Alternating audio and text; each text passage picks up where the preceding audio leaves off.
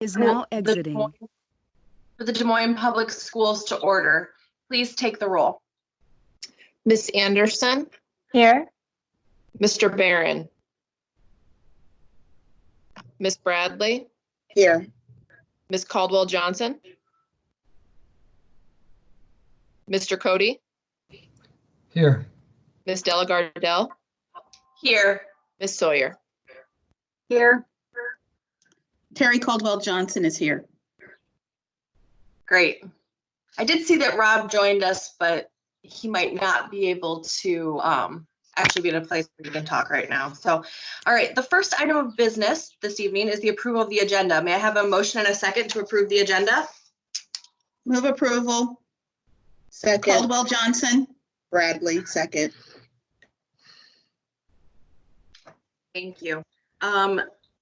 Erin, please take the roll. Anderson,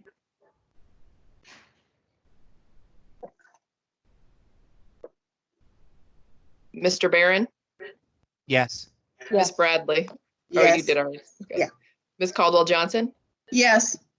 Mr. Cody, Yes. Miss Delagardelle, Yes. Miss Sawyer. Yes. Okay, so I believe the motion is approved. Is it 601 or 701? I was a yes. I was muted. Sorry. 7-0. 701 or 70. The next item on our agenda is approval of the minutes for Tuesday, March 3rd, 2020. May I have a motion and a second to approve the minutes? So moved, Anderson. Second, Caldwell Johnson. We have a motion by Anderson and a second by Caldwell Johnson. Erin, go ahead and please call our roll call vote. Board Anderson, members, if you could please mute Yes. until you're ready to speak. That will help delay feedback. Yes. Barron, Yes. Bradley, Yes. Caldwell Johnson, Yes. Cody, Yes. Delagardelle, Yes. and Sawyer. Yes. The vote is approved 7-0. We have no district recognition tonight, correct, Dr. Reinhardt? That is correct. All right. The next item on the agenda is the consent items. We allow any person or persons the opportunity to speak to the board for up to 5 minutes following the presentation of an agenda item. If anyone wishes to speak to an agenda item, please go to the information desk to sign up. Remarks must be germane to the agenda, and we ask that you avoid references to personalities and character attacks, as those types of comments serve no productive purpose. We do appreciate your input. As a reminder to the board and public, the board will not engage in discussion or deliberation with a speaker regarding comments made to agenda items. Discussion and deliberation will remain among board members, with speakers' comments informing said discussion, deliberation, and determinations as deemed necessary. Ms. Caldwell Johnson, I believe you have the consent motion? I do. Give me just a moment. My phone died, so here we go. I move that the board approve the consent items in accordance with the recommended action for each item on the consent agenda, including bills previously authorized, certified, and approved for payment by the board secretary in the amount of $11,941,719.78, and procurement card transactions in the amount of $677,942.75. Is there a second? Second, Cody. All right, we have a motion by Caldwell Johnson and a second by Cody. Any discussion or questions related to any of these agenda items, board members? Okay, Tom, I just had a couple quick questions, and I think we had discussed these this afternoon, but I'm going to ask them again just for the benefit of our community. How is COVID-19 and the current pandemic affecting the work on renovations and buildings and that sort of thing that we typically will start beginning here in the next couple weeks? That's a great question, and it's a little too early to tell. One thing that we do know is that we have a lot of contractors who are eager to do work, so we're really taking those on a project by project basis. We're we're limiting any work, from 3 weeks ago through whenever we are coming back to school to locations where we know we will not have any staff, and then we'll have a period of time from when that work is completed that we'll have before we have any of our staff in to make sure that we've sanitized everything and we have it ready for staff. So we don't anticipate that being concerned. However, it's sort of a play it by ear kind of mode. So for instance, we have work going on right now at the East High School auditorium. That's a very big project, and the contractors were really eager to make hay with that project, and we really want that to be on time. So they're limited to the space that they have access to, and before we have any of our staff in there, we will have that sanitized. The other projects that we have going on are outdoor in nature, so not as much of a concern. So right now, that's really kind of a play it by ear kind of question, but a very appropriate one. Okay, so our community may continue to still see work happening in our buildings, even though they're closed to students and staff at this time. Yep, they may. Okay, perfect. And then I think there was there's a contract on here for rental of technology computers that we needed to update that bid a little bit, but can you remind us what the rental period was on that? Sorry, I thought I'd sent that one to you too. If not, you can just let me know. I didn't. Well, yeah, I didn't. I missed the other part of your question, but it's a 4-year lease that was approved in January. But this was a portion of the contract that it's kind of in 2 pieces. The piece that we're asking for tonight is the maintenance and repair portion of the lease. So we had just neglected to get that on with the first one, with the one that you approved. So it's a 4-year lease of 7,800 student devices. Okay, and then the other question was just related to hiring for staff for next year. Have we been in contact with any staff that we may have already hired for next school year regarding, any changes in what's going on can affect their start dates or anything? Yes, Okay. Everybody is any new hires, and we are, by the way, continuing to hire, especially for those positions that are high need, like bus drivers, and virtually all of our teaching positions. So they're just notified that currently we're essentially on lockdown mode, and so they're having to take a wait and see attitude and wait for us to give us as much time as we need to be able to make a determination as to actual start date. Yeah. Okay, that's great. Thank you. At this point in time, though, we don't see a need to modify contracts or anything. Okay. We don't think it will come to that, but great question. Okay, I just wanted to raise up the importance to make sure we're also staying in contact with employees that might be beginning in our new fiscal year. So. Right. Okay, I don't have any other further discussion or questions. Board, does anyone else before we go to our vote? All right, Erin, will you please call our roll call? Ms. Anderson, Yes. Mr. Barron, Yes. Ms. Bradley, Yes. Caldwell Johnson, Yes. Cody, Yes. Della Gardell, Yes. and Sawyer. Yes. Okay, the next item on our agenda is item E1, which is an update on our social and emotional limitation 2.10. Dr. Ahart, I'm going to go ahead and turn it over to you and your team for this presentation. Yeah, thank you. So we have both Jake Troja and Laura Fefchak with us this evening, as we have in the previous SEL reports.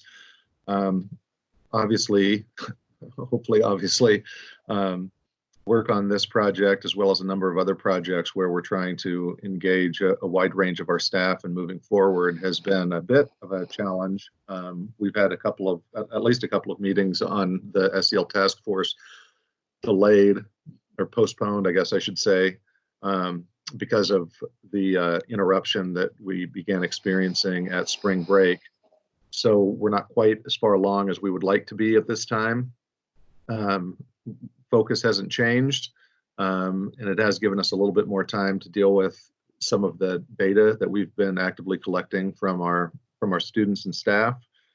And I just would lift up also, the officers and I have talked about just generally our monitoring reports moving forward for the rest of this year. And I think we'll be calendaring and agenda planning a time to discuss process moving forward for monitoring reports moving forward, as well as a discussion around setting our SEL SMART goal, which we had talked about last summer, setting this spring. So just to sort of reframe this for everyone. And with that, I will turn things over to Jake and Laura. Good evening. This is Laura. It's nice to be with you all this evening in this, I guess, modified way. I just wanted to double check. Is it Aaron that's moving the slides? It's Jake. Oh, Jake. Okay, that's good. I just wasn't sure who was in charge of that. So, all right, well, we will go ahead and get started. So these first several slides are just, again, introductions to who we are, about the management limitation that was adopted last year, and the management limitation, the 6 pieces of that in this next slide that we have really focused. These 6 components have really focused our work and offered and acted as a roadmap for us as we've started to dig in deeper into social emotional learning in DMPS. All right, so we're going to do a brief update, and everybody can hear me okay, correct? Yep, coming through, Yes. Laura? Okay, perfect. Yes, I can hear you. So this update, in the previous 2 updates, we have organized around kind of the tasks or the work that we've been doing, and we'd like to organize this around the limitation itself. And so looking at these 3 limitations, the first 2 and number 6, we've combined those into what we would consider integrated services. And so the updates from here on out will really be around specifically the number on the limitation. And for this one, we're really talking about integrated services. At the beginning of this school year, we really dug into integrated services when we started looking at not only the board limitation, but our work as a student supports team and as a larger team. And so our work has really been centered around several different things. This is a major framework that has allowed us to really focus that work on integrated services. And so I just wanted to kind of point out to this framework a little bit of who the author organizations are. And these are obviously national organizations that were very prominent. We have the ASCA, or the American School Counselor Association. We have our National Association of School Psychologists, school resource officers, and then our elementary, secondary principals groups around here are author organizations. The reason that's important is that this document is really pointing us and giving us solid strategies and policies moving towards integrated services as we think about that in the student supports lens district-wide. In addition to the author organizations, there was 35 national endorsing organizations. You can see that CASEL is listed on here as well, the Coalition of Community Schools, Mental Health America, National PTA, NEA as well as an endorsing organization. So this has lots of clout and is a very well-recognized, researched brief and framework. The major recommendations that we felt that are coming out of this that spoke to the integrated services are these 3 here. Which is number 1, improving staff ratios to allow for the delivery of a full range of services and effective school community partnerships. 2 was about the support of MTSS district-wide. And 3 was about the development of evidence-based standards for district-level policy.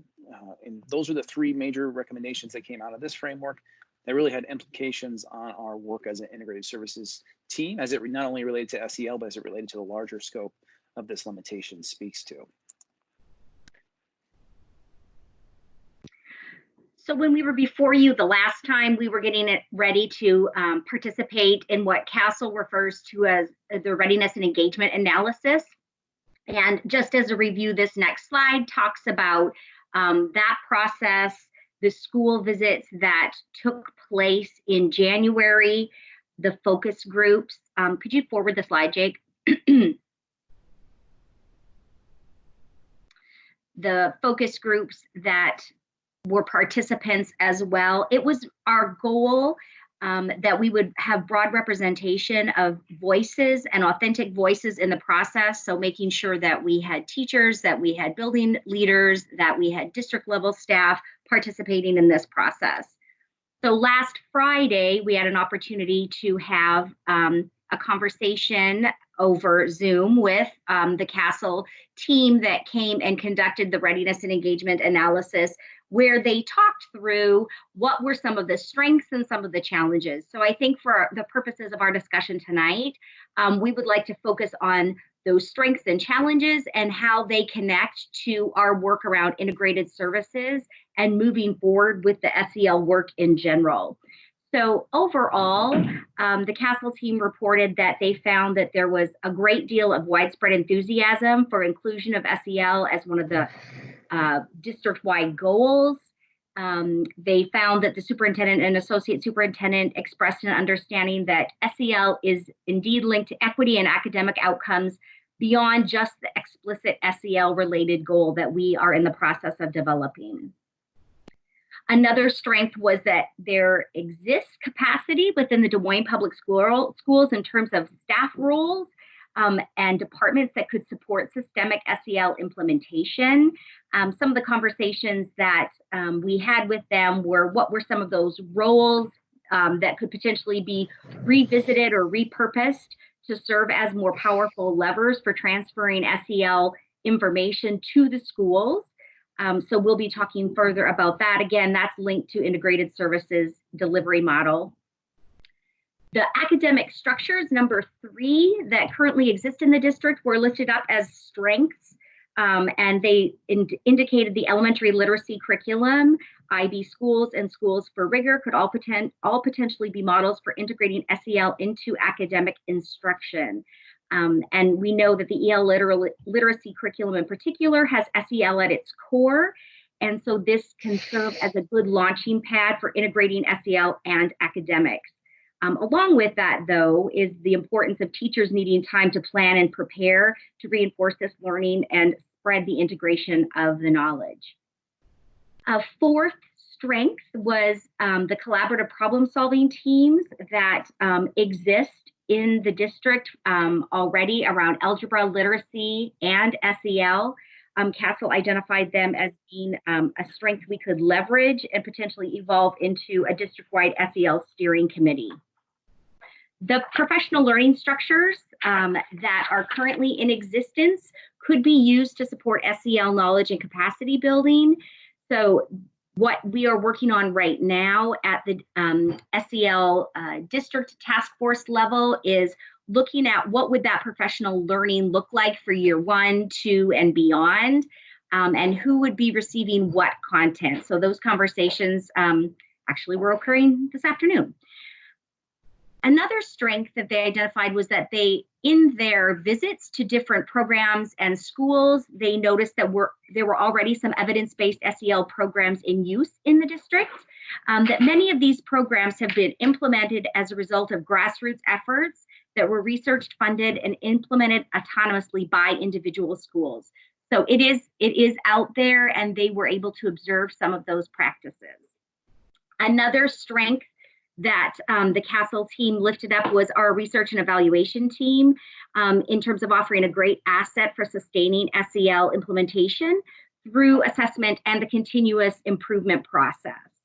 And they've been involved with our SEL work with Panorama, with the collaborative problem solving, so we will continue to partner closely with them. One of the things that the report also highlighted were some of the bright spots of SEL throughout the district. And I just wanted to share a couple of those with you because I think it's helpful for us to know maybe some of those more detailed observations that they made. At the preschool level, administrators have led this work by recognizing needs and pursuing funding that would fill necessary gaps, such as the hiring of staff for positions as a family engagement facilitator and a school nurse. The preschool PLC reviews data weekly, looking for growth in proficiency in math, literacy, and SEL. CASEL did outline in their report that the SEL implementation structure at Mitchell Universal Preschool could be used as a model school as the district begins to work on the rollout process. Additionally, at Brubaker Elementary, SEL is embedded in a multi-tiered system of support with several layers of SEL instruction and intervention.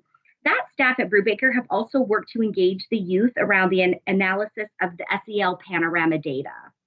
And at Callanan Middle School, they have an adult SEL PLC that is led by a school social worker, and they were able to observe some of the models of practice when they were visiting at Callanan. So in addition to the strengths, the CASEL team outlined some of the challenges that we may face moving forward in this work at with the district our size. One of the first things that they talked about was the lack of a strategic plan.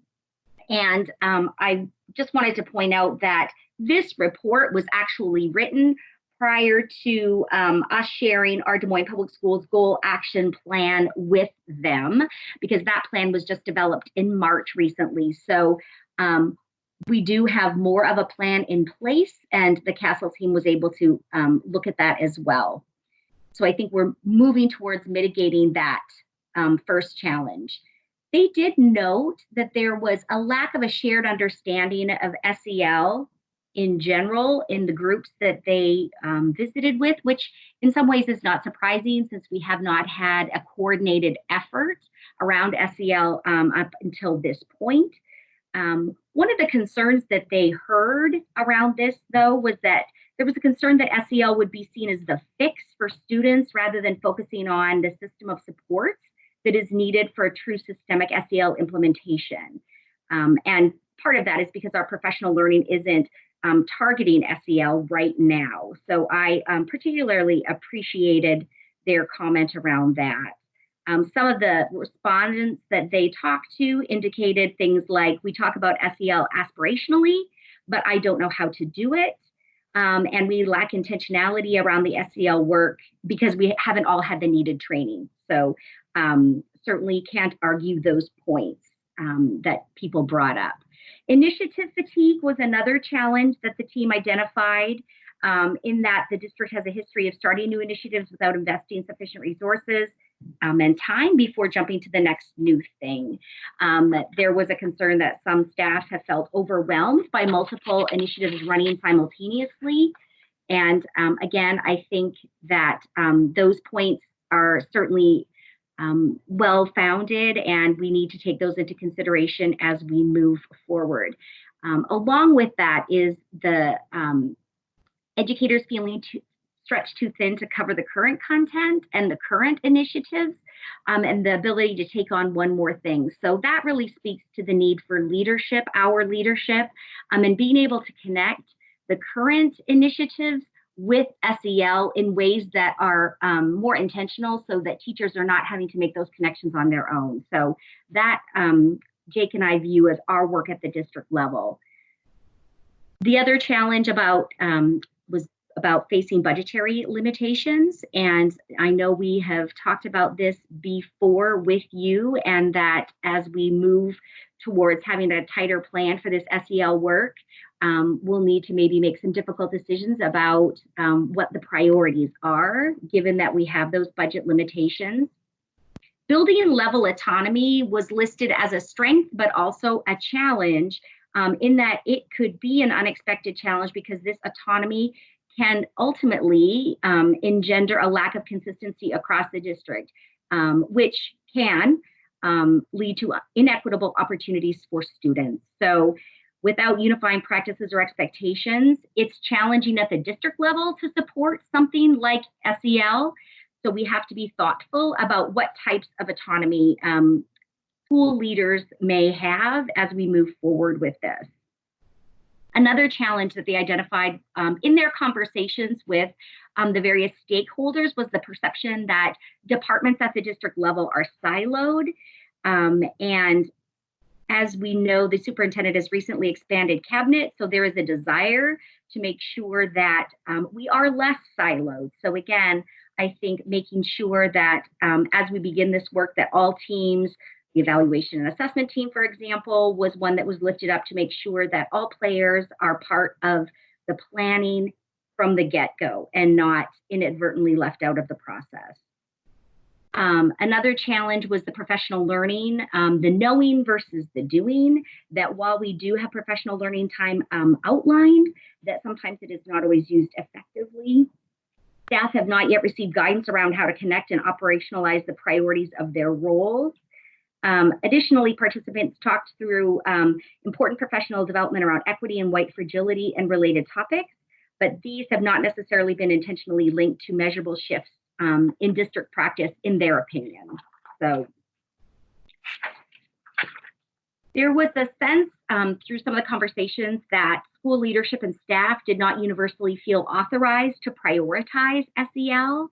So some of the stakeholders that spoke to the CASEL team expressed that they didn't feel that they had permission or support to focus on SEL, and that it was sometimes being that they should be driving home academics, but for their team, they felt like the SEL was a priority. So again, from the district level, being clear so that those concerns don't feel burdensome to building leaders.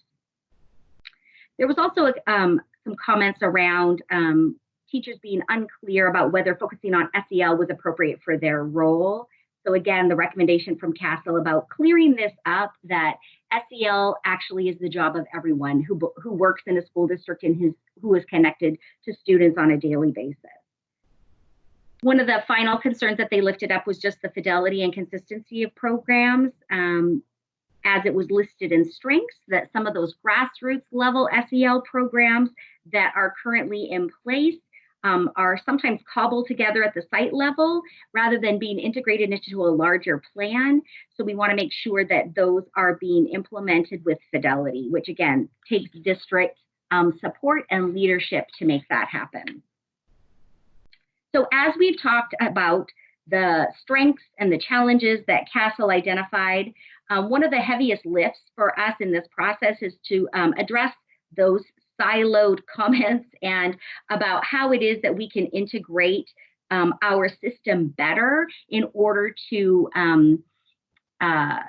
make sure that the recommendations for CASEL are going to be put forth and that we have structures in place. So as you can see on this slide, these were their general overarching recommendations, again, going back to the unifying vision around SEL, MTSS equity and academics, that strategic plan, working on the professional development for all adults, and just as an awareness issue for the board that, Jake and I have really taken what CASEL has said to heart, and we know that schools are anxious and ready to get going and buy curriculum and things like that.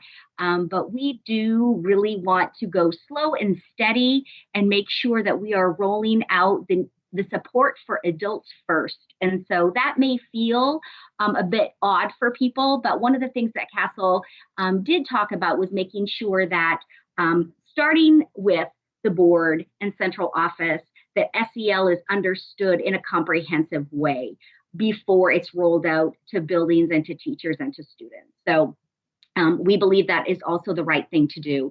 When they talked about structure and support at the central office for SEL, what they were referring to was ensuring that there was cabinet level representation for SEL and the initiatives that will be moving forward. So we already have that in place. There's structured autonomy for school buildings so that they know that while these are the things that are loose, these are the things that are going to be tight, and that we can appreciate the importance of doing that for our building leaders.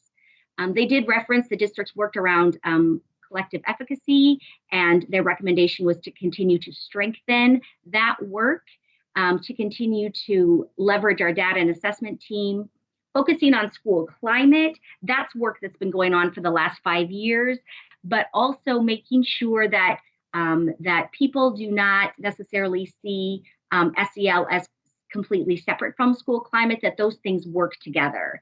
And then the 9th recommendation, continuing our partnership with the Iowa Department of Education, which we will continue to do.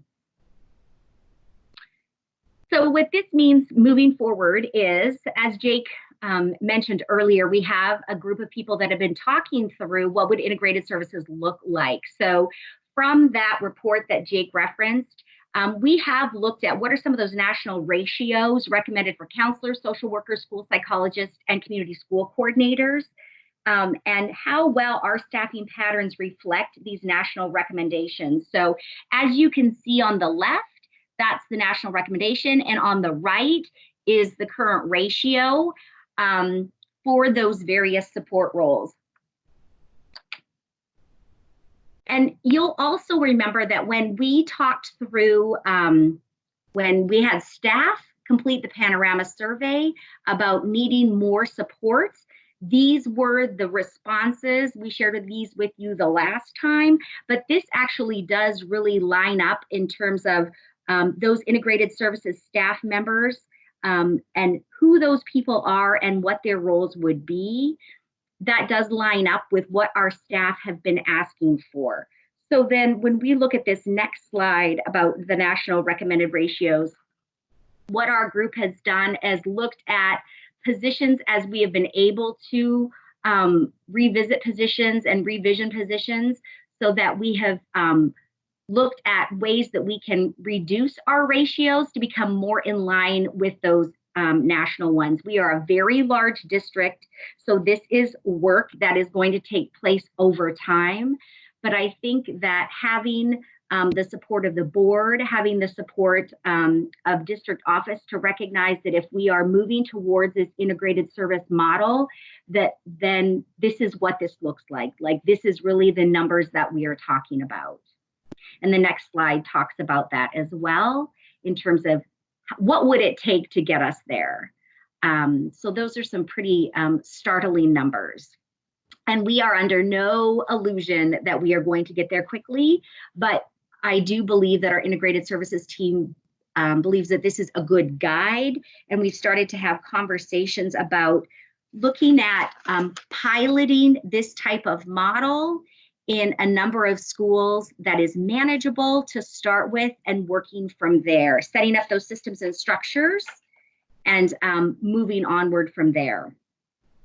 So just to ensure that we are all working on this together, the integrated services that we've just been referencing, we are making sure that that is embedded into the new district MTSS team, that is also going to be looking at how we are meeting our board goals, that there is voice from multiple different departments on that MTSS leadership team. Things will get vetted through that team so that there is alignment in terms of professional development and service delivery. And then the final slide just talks about those foundational tier and universal tier, where we would find integrated services. And again, we see equity in place here through both of those tiers. And again, SEL is part of that universal tier.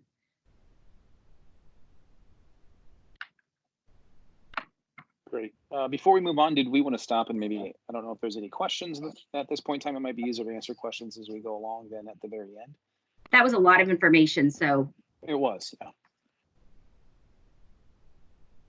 Yeah, I was just trying to look at your infographic a little bit more closely because it was difficult. If you could you go back? There's like the long, yeah, that one. It was really difficult. It's really difficult to read all those pieces. And then I was trying to pull it up on my computer and I couldn't get it. So. Yeah, so we just, I don't know if this is helping as I'm projecting this and showing you kind of how this looks, but feel free to jump in here. What we wanted to articulate with this model is that we are working on an MTSS structure, which is highlighting what the recommendations were from, not only from CASEL, but from the leading organization that we discussed earlier in that research brief. And that results in us not only, one, having a plan, which is what this MTSS leadership team is really working on, is ensuring that we have a strategic plan and that we're implementing it, but also we have MTSS structures across the district, and we really feel like this is the team that will help us organize and meet the goals and the expectations that we need to meet regarding this integrated services. If you look back on that, like the previous slide here, we're talking about 179 staff members to be able to make national ratios. So we really have to be coming to this team with how we can do business together. And so we just wanted to articulate that on this slide. Yeah, and I think the other thing this highlights, Jake, too, is I think this would be a really great infographic that as we start to educate our community about work around this priority, because the community, you know, a year ago came to our sessions and told the board that this is a priority of our community. I think including, I mean, I know that there represents the vision and values of the community, but I think, you know, to kind of loop that in, or once we go ahead and present, you know, this kind of push this out to the community and give them, you know, the here's the plan, which I know board had hoped that we'd be able to do some linkage with our community this year, but I think those plans are going to be put on hold at least for the next couple months, but we can continue those conversations too. So. Yeah, and I don't mean to speak over Tom if you jump in here too, but this infographic is meant to articulate that the school board has, you know, has set the goals for us. That's really set, you know, the targets that we're shooting for, that the MTS team has then created a strategic plan around to meet those goals, and then how we're working within the structures in the district to ensure that schools are going to ultimately have outcomes for students that meet the goals as well. So that's hopefully what that is conveying. Yeah, and I'm hoping you'll also convey to our schools and our staff, you know, at the district level and across the district that, you know, this goal came from our community too. Like, this is what leaders in our community, parents, have identified as a need for their kids. So. Absolutely, and I just want to double down here that you've seen some of these before, but maybe not in this infographic here around what our levers are in terms of the strategic plan. And so you see social emotional learning there in the universal tier as if we see it fit in that universal instruction piece. Any other questions before we move on? Jake, this is Terry, and could you go back to, I think there were 2 consecutive slides, one that had the recommended and current ratios, and then I think there was another slide prior to that. Yeah, so this looks like a really steep hill to climb. And I know that one of the challenges that was identified earlier in the presentation had to do with our fiscal situation and our ability to even get to what the recommended ratio is going to be pretty significant for us. So I guess my question really goes to strategically or tactically, maybe even, what are you thinking about how we skin the cat when our personnel complement isn't necessarily aligned, or aligned is the best word I can think of, to really meet the requirements of the rigor associated with ramping up for this work? If I may step in here, that's a great question, Terry, and one that we're absolutely wrestling with. One of the things, and no, this isn't a step-by-step, here's how we're going to get there kind of response, but one of the things that we're attempting to do, not just with this goal, but particularly with this goal in terms of getting the staff ratios where we want, is really taking a very honest and deep look at where we are in terms of our tier 1 across the board. What has happened over time, and this is not unique to Des Moines, but certainly something that we've been trying to dismantle and rebuild, is this idea that we have our standard program and it's the standard program no matter what.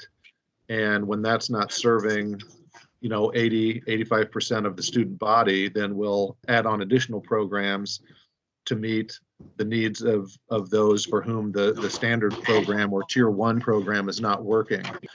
So one of the things that has been happening, at least under my tenure, is you may remember, if we go back to, I don't know, the 2012, 2013, actually probably back to across the 2010, when there was the across the board budget cuts. There was one of the casualties of that was a reduction in counselors.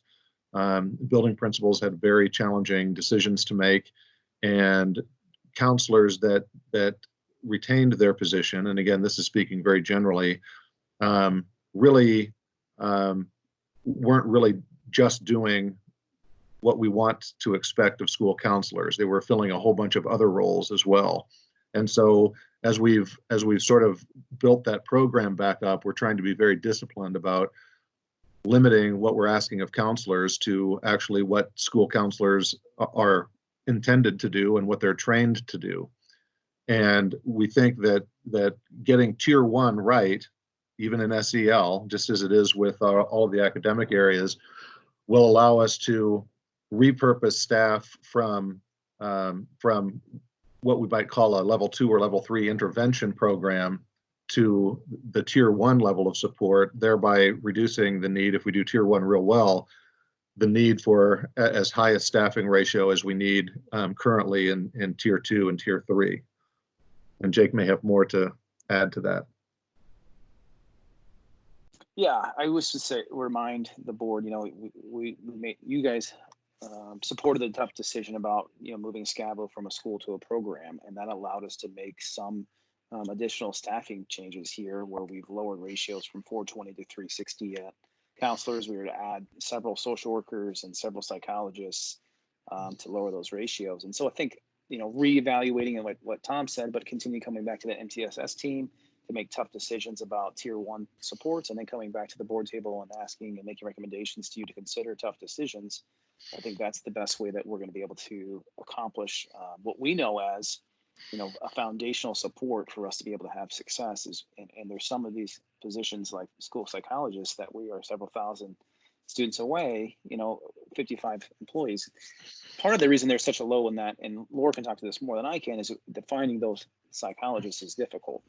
And so we've been able to hire some recently because of the tough decisions that you were able to make regarding Scavo. So I think that's just multiple times coming that check and balance about MTS, but also just making sure that we're focusing and narrowing our down to what we feel like are the levers to successfully meet the board goals.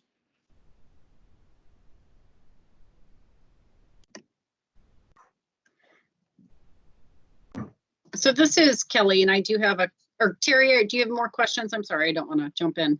I did have just 2 quick ones, Kelly, if you don't mind. No.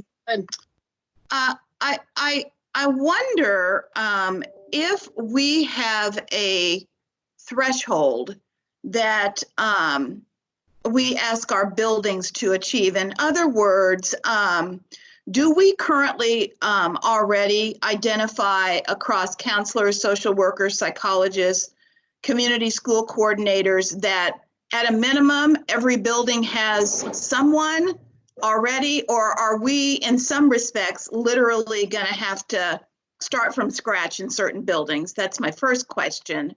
And then secondly, sort of given where we are when you look at ratio to, sort of current norm, and realizing that we've got a long way to go, are we being thoughtful in how aggressive we are in terms of movement in this area, sort of juxtaposed against the clear lack of support we have to really actualize this in a way that allows us to move the needle significantly? I can try and answer some of the first question, the starting from scratch question, Terry. We, as part of this integrated services team, we've kind of done a look across the district at every building.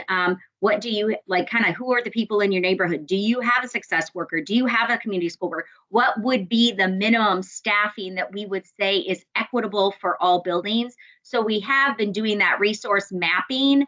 And there are buildings where those supports don't exist. And so that's part of our work as a team has been saying, what are we going to say is the minimum for everybody to be able to have? So that work and kind of looking at those numbers has started. And one of the things that I keep coming back to around this, when I think about particularly school psychologists, that we know that there's a national shortage of school psychologists. And so Student and Family Services Department has worked closely with our Human Resources Department to do some really intentional reach outs to different national organizations, to be present at conferences, to do some recruiting in more intentional ways. And we are starting to see some of the benefits of that work. So again, I think when we are clear as a system about if this is where we're wanting to go with this model, then when we look at hiring, when we look at positions being revisited or perhaps repurposed, if everybody is on the same page about knowing that this is where we're trying to get to, I'm hopeful that that we will get there eventually. I don't know if that answers your question or not. Yeah, somewhat. Thank you.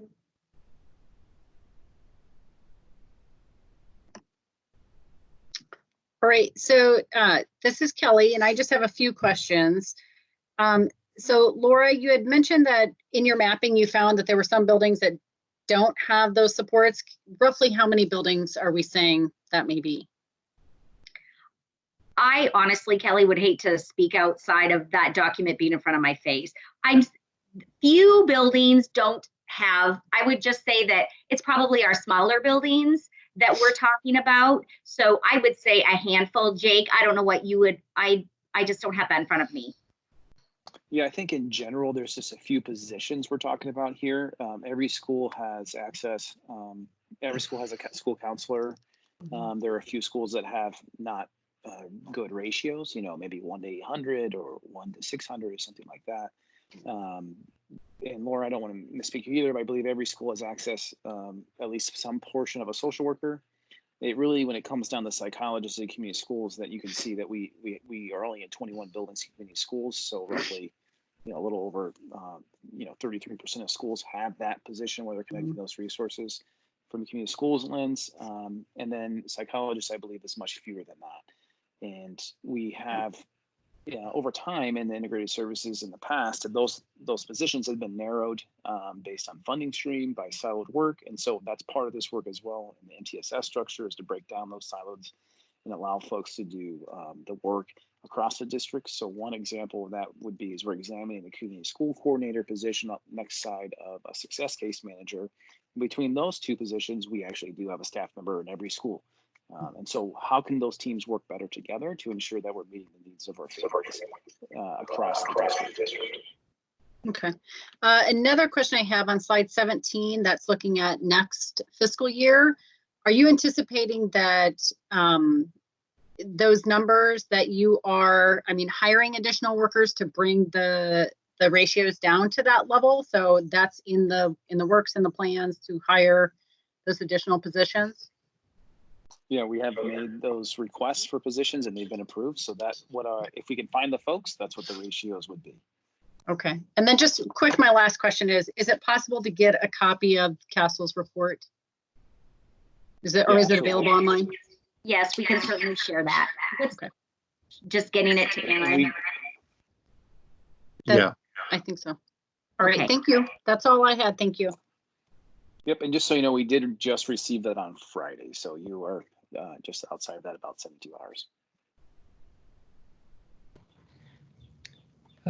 So I'm going to oh, you have a question? Go ahead.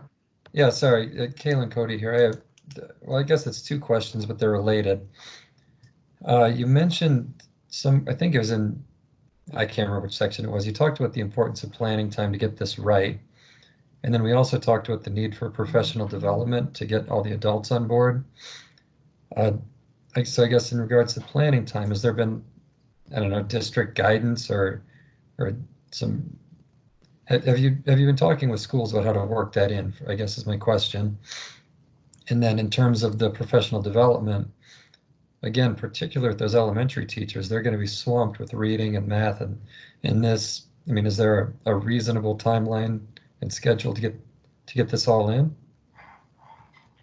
So and I'll talk about the PD side, and as far as the scheduling piece, I'll let somebody else discuss that. As far as the PD side, That's the function that MTSS team is working on right now. We actually have a due date from 2 weeks, actually a week from Thursday, that we're going to come to the table and say, how are we delivering professional development to the whole district over these large levers that we feel are going to help us reach these goals? You know, how are we organizing that? We've also looked at, and so that will be, that sounds simple, I guess, when I say that, but you know, for a large organization, it can be very difficult. So we are excited about that opportunity to come together on the same page around PD and making sure that we are aligned with when folks are going to be out of buildings and what that looks like. In addition, I think you know, all the stakeholders that come together to make up that PD calendar, we've increased the time and supports for all different areas, the building level and the same as teachers and the district level support. So very optimistic about how we can get the professional development done in the next years as that team, MTSS team, is really finding its way to organizing that district wide.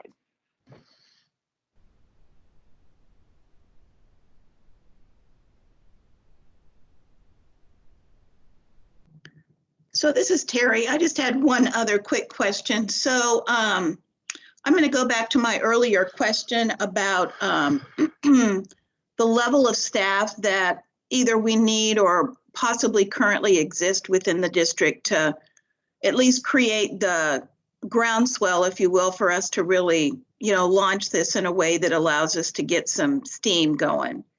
And I think you mentioned doing some asset mapping to really identify inventory that currently exists across not all of the areas, but several of the areas identified as being critical to sort of our program.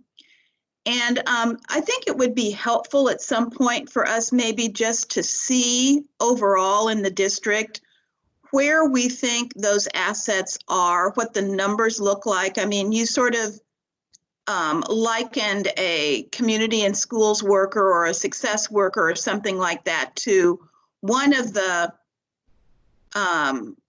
staffing levels that may sort of align. And maybe at least, and I know that you showed us sort of the 1 to 500 or 400 or whatever the data was earlier, but maybe just getting a better sense of the universe might give me a feeling that we at least have a good starting point.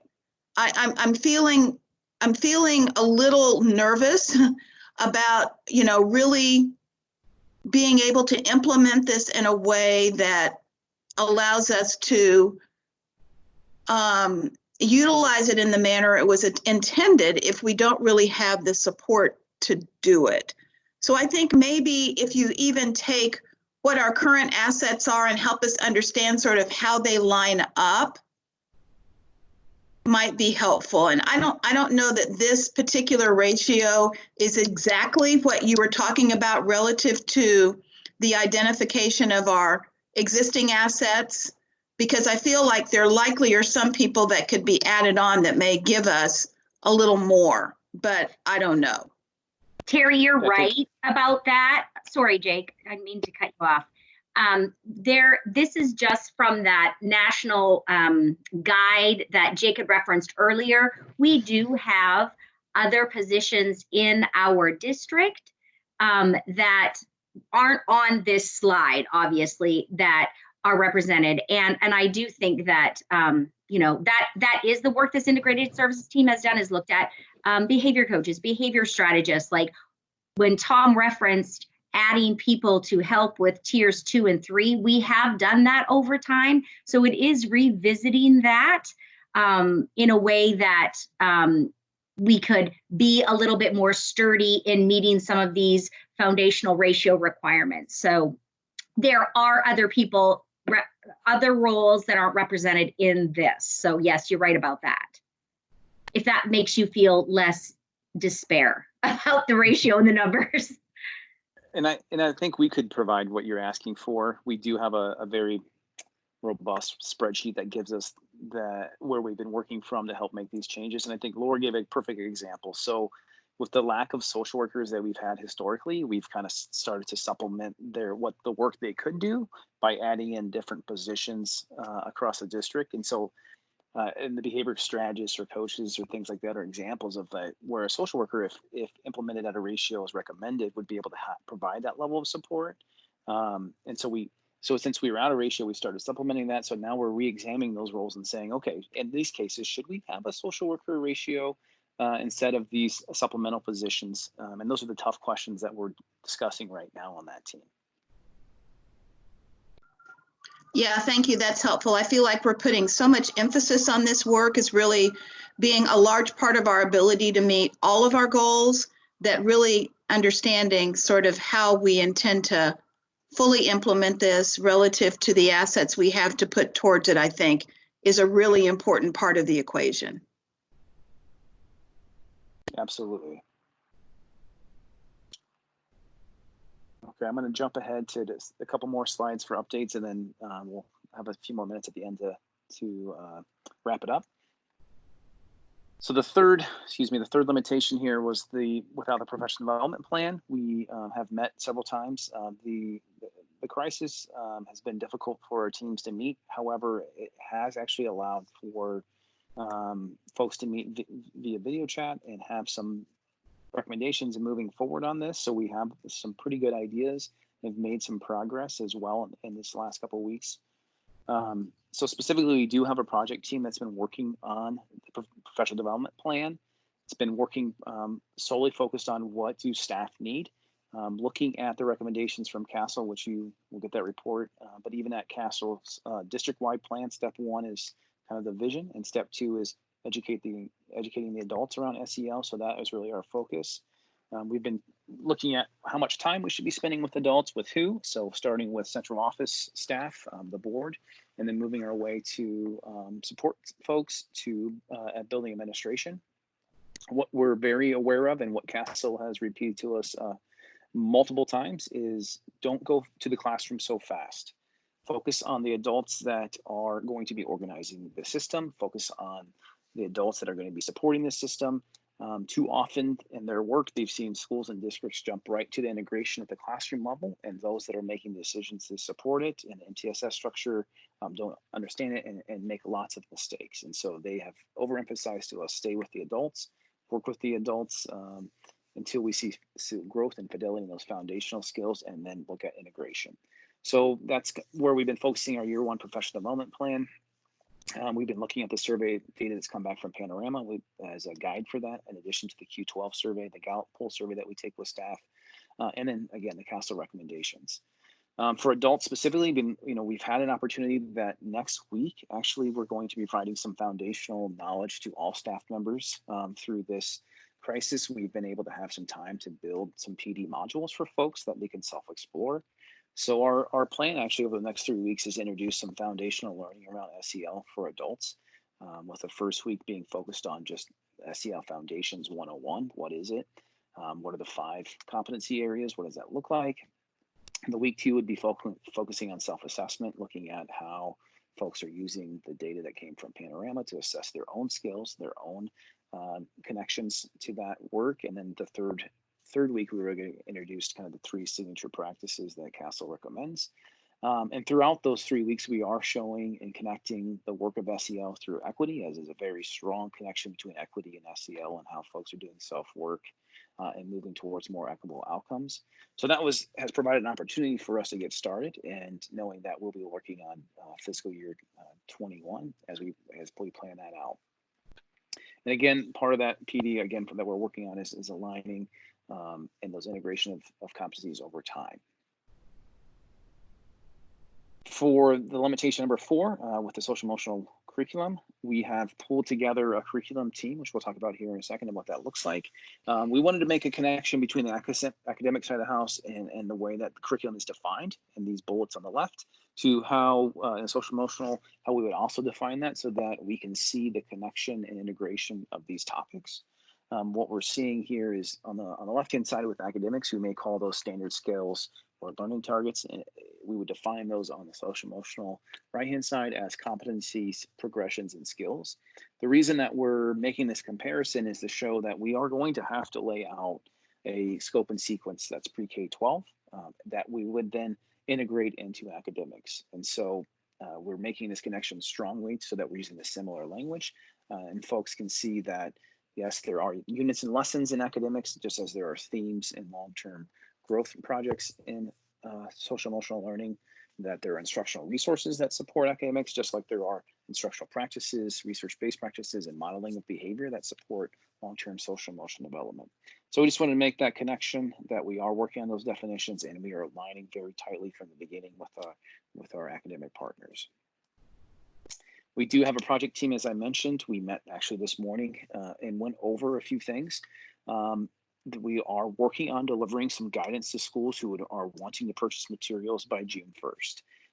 Our goal is to deliver some rails to schools so that they have an idea of what curriculum materials we would be supporting as a district.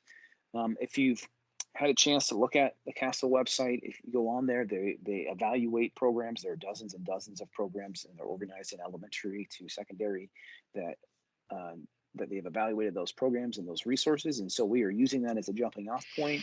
And we are looking at those resources which ones would be the highest yield for Des Moines. We've also started to do an inventory of what resources are we currently using, and having the folks that are using those resources kind of report back to this project team about how they're doing, how is it working, how they like the resources, are they promoting the mission and vision of Des Moines, and what are the strengths and weaknesses of each one of those materials.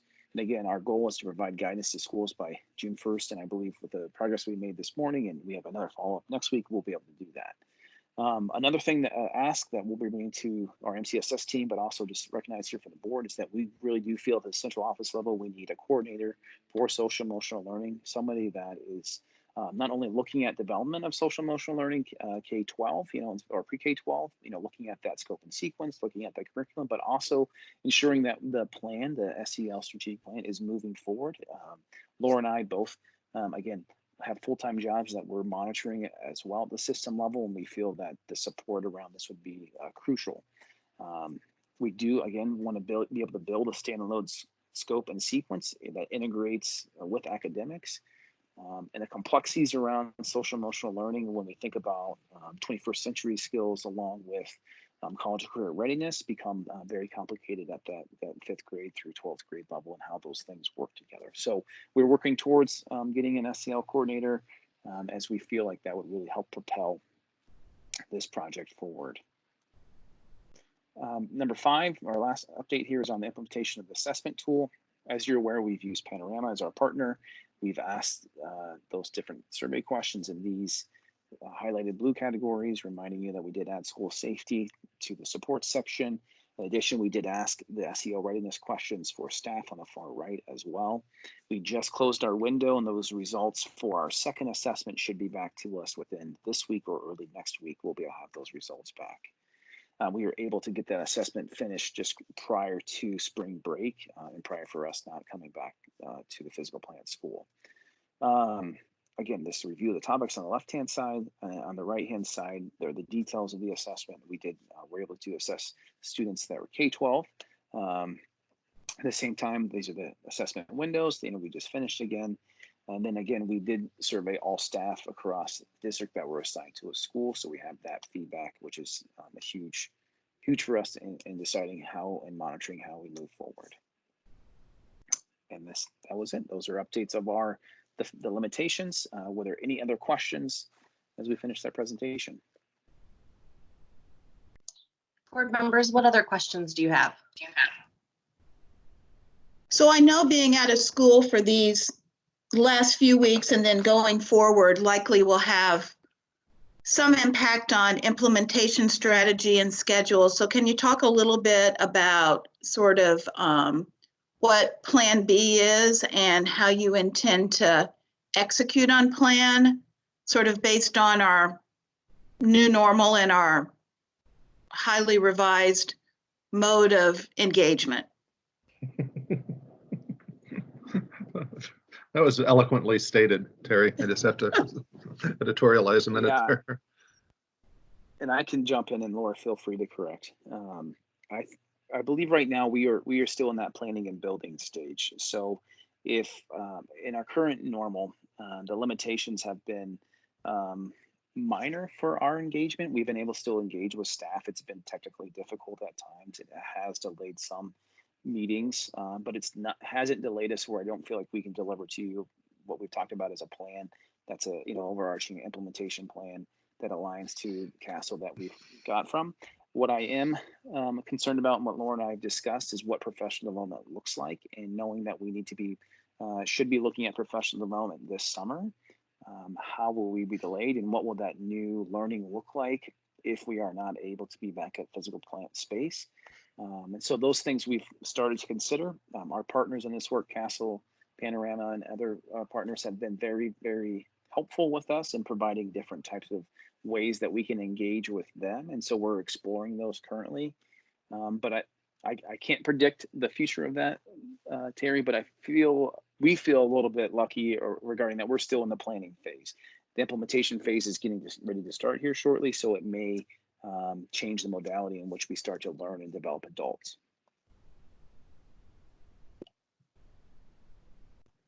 Thank you. Any other board member questions? Yes. So this is Kelly. I have a few questions. Just for clarification purposes, you had on the curriculum slide, which is slide 24, no, that's sorry, slide 25.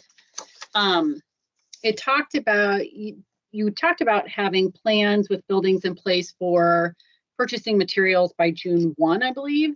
So help me understand, because I believe, or I thought you had mentioned at the beginning of the presentation how one of the challenges is our buildings are autonomous, and so sometimes it feels like everybody's kind of going a different direction. And so is this a kind of solidifying that and supporting that, or how will this all come together if if buildings are allowed to do, obviously it makes sense what's maybe best for them, but if we're going in different directions, is that what we're looking to do, or is there somehow going to be a streamline in this?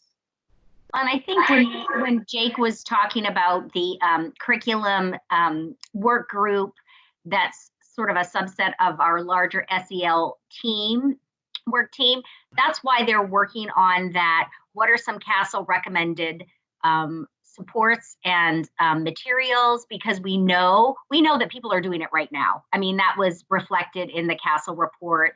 And so we want to be able to just provide some guardrails to them that if you're going to move forward with this, then these are the resources that the district would support at this time. Because it is difficult because buildings are at different places. And so we want to be able to support in an intentional way their efforts while still giving the same message that our overall plan is focusing on adults first. Because I think part of that messaging, we haven't had the opportunity to be clear about that yet. Okay. And I mean, are we going to somehow keep ourselves connected and not different buildings going off on down different paths that may get us all lost? I guess that's my concern, is it sometimes feels like there is so much autonomy, but that sometimes that's not always as effective. And again, I think we could use our MTSS team as a way to coordinate that better, because I think, again, I think that's a well-founded concern, and I'm hopeful that structure that is set up through that MTSS leadership team will provide some stability around that, so we aren't going in multiple directions, Kelly. Okay. And to your point, Kelly, I just want to add is that what the first step isn't providing guidance on research purchasing. You're correct on that. The recommendation from CASEL was, hey, folks are buying things and doing things, and some schools are progressing very, very well in implementing SEL. And so we don't want to stop that progression. So their recommendation to us was provide some guardrails so folks aren't going in places and spending dollars, but also, make sure that they're buying high quality resources.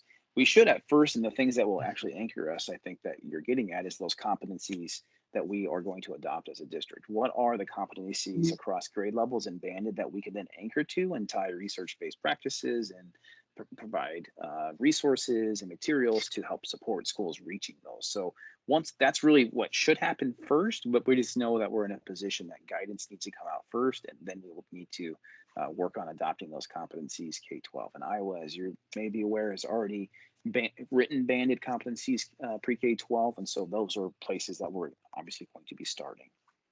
Okay. A second question I had around professional development, you addressed that you had some time to start working on PD, some online opportunities. And so you're looking at possibly starting some implementation next week and kind of progressing that through. And I'm curious as to what level of support is being provided to instructional coaches and or mentors for our staff to, one of the things that I'm continually harping on and continually monitoring is the need for strong supervision to help in that continual learning for individuals and for professionals. So I'm not sure if there's any kind of concerted effort around being intentional with, providing that level of support so that it can trickle down into the staff. Yeah, for this next week, we are building modules as introductory for all staff. Laura and I have discussed on the infrastructure piece. It was what I believe you're getting to is how are we going to provide infrastructure, whether that's internal, external coaching to allow folks to continue to implement with fidelity. That is a piece that we're working through, not only with that integrated services team, but also with that MTSS team in terms of who does what and how do these systems get built so that we can ensure that that this program as we move forward has become successful. So next week really is foundational learning for all staff, and then the future state is us building infrastructure to support that learning. Okay. And just my last question, or rather maybe editorial commentary here, has to do around just everything that we're experiencing right now with COVID and where our kids are at and the crisis mode that we are all in.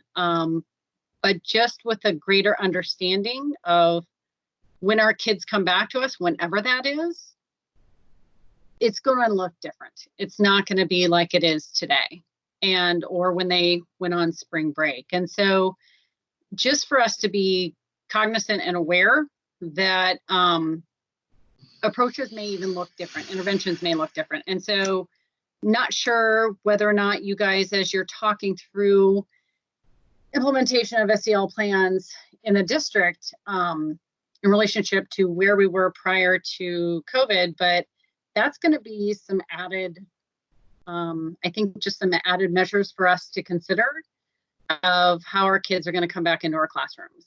So I make that point, like I said, maybe commentary. I don't know if there's anything you could share if you've had conversations with CASEL specific around being prepared and ready for when that comes. So I kind of open that up if you have any comments or thoughts on that. No, I appreciate your comments, Kelly. And last Friday when we were talking to them, we did talk a little bit about the very point that you just made, is that this has really changed the landscape. And when we're talking about SEL, everybody's lives have been really turned upside down, and what are the implications for this work? And so our next steps with them are to be able to get a little bit more information from them about their recommendations. They did follow up and sent us a bunch of resources that they've put together specifically around COVID and supporting students and families during this time. And then, like you said, when everybody returns, because it will be a different type of normal for everybody. So I'm pleased that we have that relationship with CASEL, because I think that they're kind of like ahead of us in that regard. So we can take advantage of that. Okay. Thank you. Any other board member questions before I jump in? Actually, can I just make a quick request? Of course, Rob. I know there's you mentioned managing rollout of everything.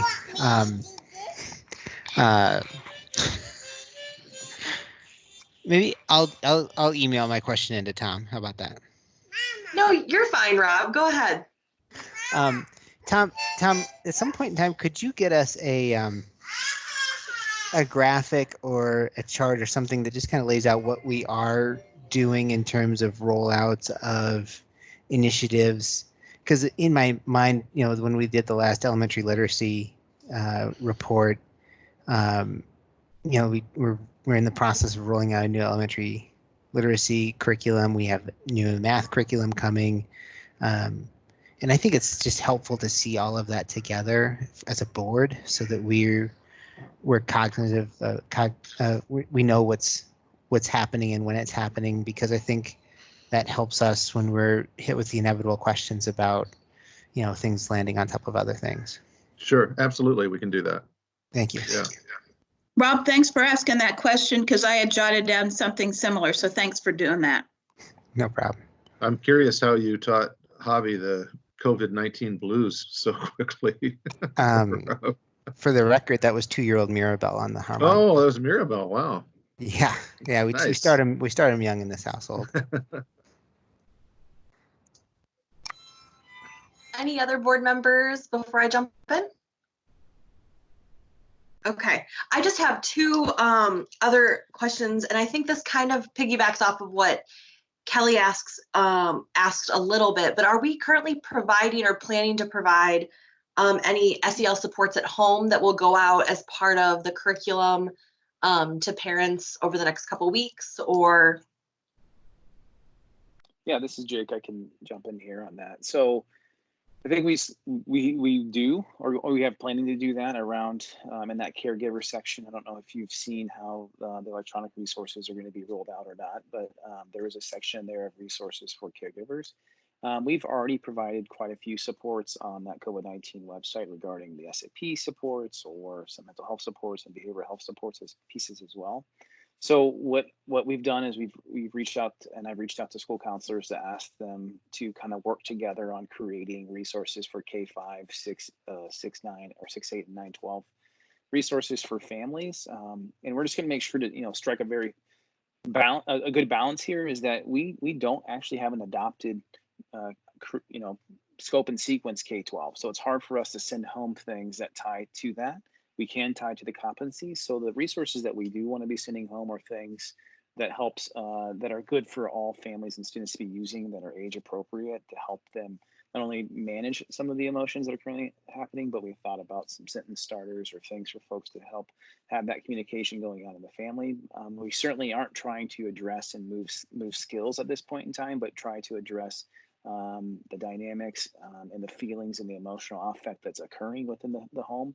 So those are the things that we will have available. Our projection right now, I just met with that lead team today, is that we'll have some of those resources ready to go by the beginning of next week. And I believe we'll be putting those out somewhere around the 20th or the 27th. I'm not sure exactly what date those will actually go live. But we're working on that right now. From the school counselors are pulling that together. Awesome. I know that that's really appreciated, because I know, even as adults right now, it seems like in my conversations, we're all struggling to kind of put words to this. So I think the supports we can provide for families during this time that I know is especially hard. I've been watching, a number of parents, commenting on just how different this is than, even my teacher friends in the summer months when they have their kids home all summer. So, and then you had mentioned professional development for board members. What were you kind of thinking that might look like, and that sort of thing? Well, I think that's a really good question, because we would be really open to hearing what it is that you would like to hear about. We want to be able to provide, obviously, the information about what we're doing district-wide, but also just for your own learning needs.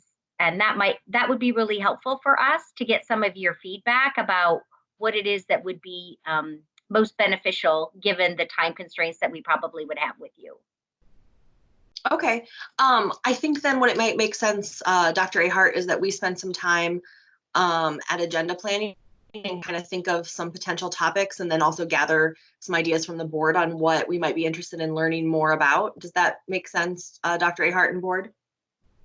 It sure does to me. Okay. I will add in there one topic that we have available for right now is from Panorama to do a webinar series with the board whenever that would be convenient. They have about an hour to 90 minutes planned to make sure that you have a high level understanding of the data that's collected from students, so that we can appropriately set goals. So that's available when the board would like to engage in that with them. Okay, thank you for that reminder, Jake. I do remember we had tried to get that scheduled, and I think we got it scheduled for caucus night, and that just wasn't a good time for folks, unless that was different work. But we can talk tomorrow night about when we might want to try to, or we can talk during agenda planning tomorrow about when we might want to calendar that. Yep, no problem. They're very flexible to do that webinar when it makes sense. We wanted to make sure that we're also, Laura and I discussed, wanting to make sure that you had the information to appropriately set goals as we start to monitor forward. Okay, thank you. Board members, I kind of did this a little bit backwards. I forgot to get our motion in second before we opened this up completely for discussion. So I guess I'm just going to let us continue our discussion before taking a motion. Does anyone else have any other questions or discussion before I take a motion to accept our report this evening?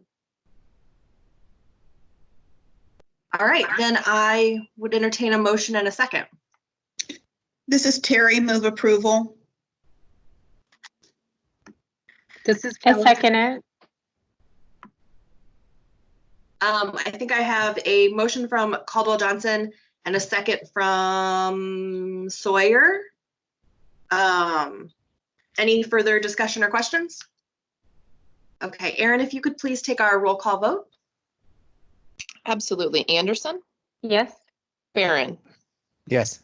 Bradley, Yes. Caldwell Johnson, Cody, Yes. Delagardelle, Yes. and Sawyer. Yes. Terry, did you want to vote yes on your motion? I apologize, I was on mute. Yes. Great. Motion carries 7-0. We don't have any information only items this evening, and so next on our agenda are items of privilege, and I do just have some reflections and a statement that I would like to share now with the board. The last several weeks have given me the opportunity to reflect on leadership while making tough decisions. I've seen our DMPS staff, our teachers, associates, bus drivers, custodians, administrative assistants, nurses, other school staff, and administrators working to support our Des Moines families, students, and each other. Our food service staff served 7,000 meals just today, with a total of over 125,000 meals since last Monday, and will serve thousands more in the weeks to come. Our staff are working to problem solve to get devices and connectivity to our students during this time. This work is not easy, and they are doing it every day while constantly thinking about our students. Our nurses have been assisting families and staffing the Polk County 211 line in order to assist with connecting those in need with resources. I've seen truly amazing work over the last couple weeks from our DMPS staff. I've heard from community members, teachers and staff, parents and students during this time. Thank you so much for staying engaged. I thank my board colleagues for their support and constant attention to our community. I'm proud to serve alongside you and work to keep our students and our community's values at the heart of all of our decisions. Our students deserve the best, and I'm grateful for the care and thoughtfulness I know you put into your decisions, questions, and discussion.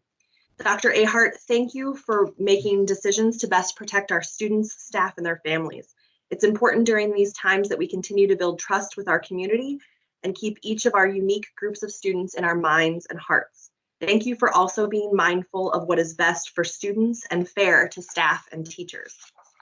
This brings me to another reflection on leadership. Sometimes it's difficult to please all constituencies. I'm so proud of Des Moines Public Schools for not being afraid at this time to move forward to make decisions over what we can best control, the closing or opening of our school buildings in order to protect the health of our students, staff, and community. Over 44,000 people from across the metro are in our schools on a daily basis. While the days ahead are fraught with uncertainty and fear, new and unique challenges, it is comforting to know that I sit alongside a board and staff with strength and resolve to make what could be unpopular decisions across the state. We do know our constituency, though. Our most important and only priority is and will remain the care and education of our students and the safety and well-being of all who enter our buildings. In a time when people are looking for leadership, I'm proud to stand with this team at this time. There will certainly be difficult days and decisions ahead, but we will continue to do what we have always done and will do for many years into the future, serve the students of Des Moines. I just really wanted to make those comments to ensure that I think just to remind myself and our board of, you know, where our work is truly grounded and where our work is in a time when we're looking for leadership and potentially not seeing it from our state. So Board members, do you have any other comments or announcements that you want to share? Heather, I did see that we had a legislative coffee this weekend that I know is not happening, but I thought that was an interesting thing to see on my calendar during this time. Oh, that's funny. I think we forgot to cancel that. I'm sure our community will recognize that it's canceled without legislation in session and our Yeah, shoot. I'll get that canceled officially, but yeah, it's a bummer. yeah. Hey, Kirsten, this is Terry, and just a couple of things. I appreciate your statement.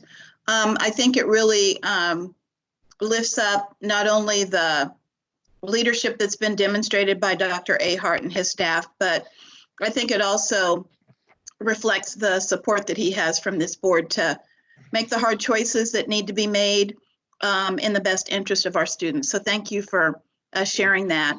I would also like to maybe prompt us as a board, while I know that there are a lot of things happening around us that we don't have control over, there are a lot of things that we do have control over, and that's our own agenda.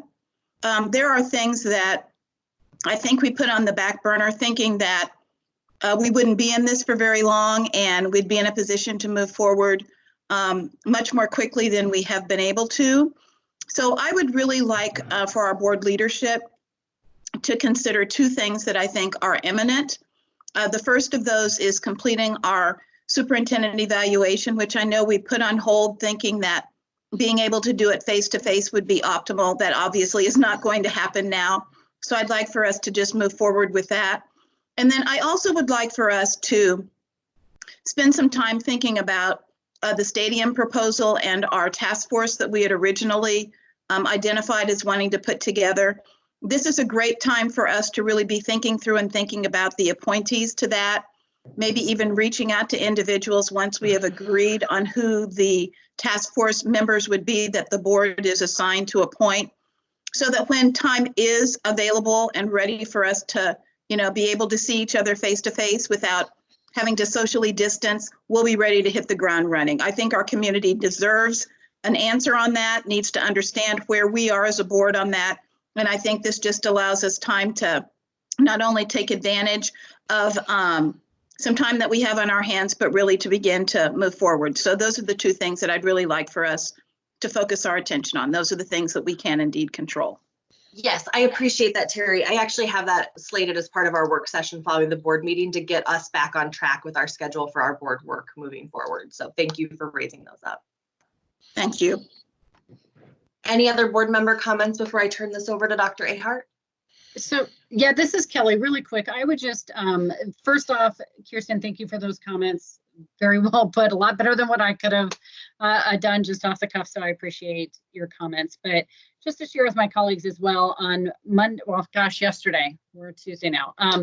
Yesterday, I did take the opportunity to go to one of our sites that's handing out the meals to participate and share my time. And it was a really valuable experience. And I'm going back this Friday, and I anticipate getting there as many times as I possibly can, because those are our staff that are manning those sites right now. And so definitely, if there's opportunity, if you are able to, I would encourage you to do it. But it's also just nice to connect with families and students when they're showing up. I mean, just little basic things at the site I was at, when we were handing out the homework packets, students came out and were like, well, I don't have a pencil. So, I mean, little things we weren't even thinking of what some needs are in the home. So I've valued that. I valued that experience yesterday, and glad I'm going to be able to continue that moving forward.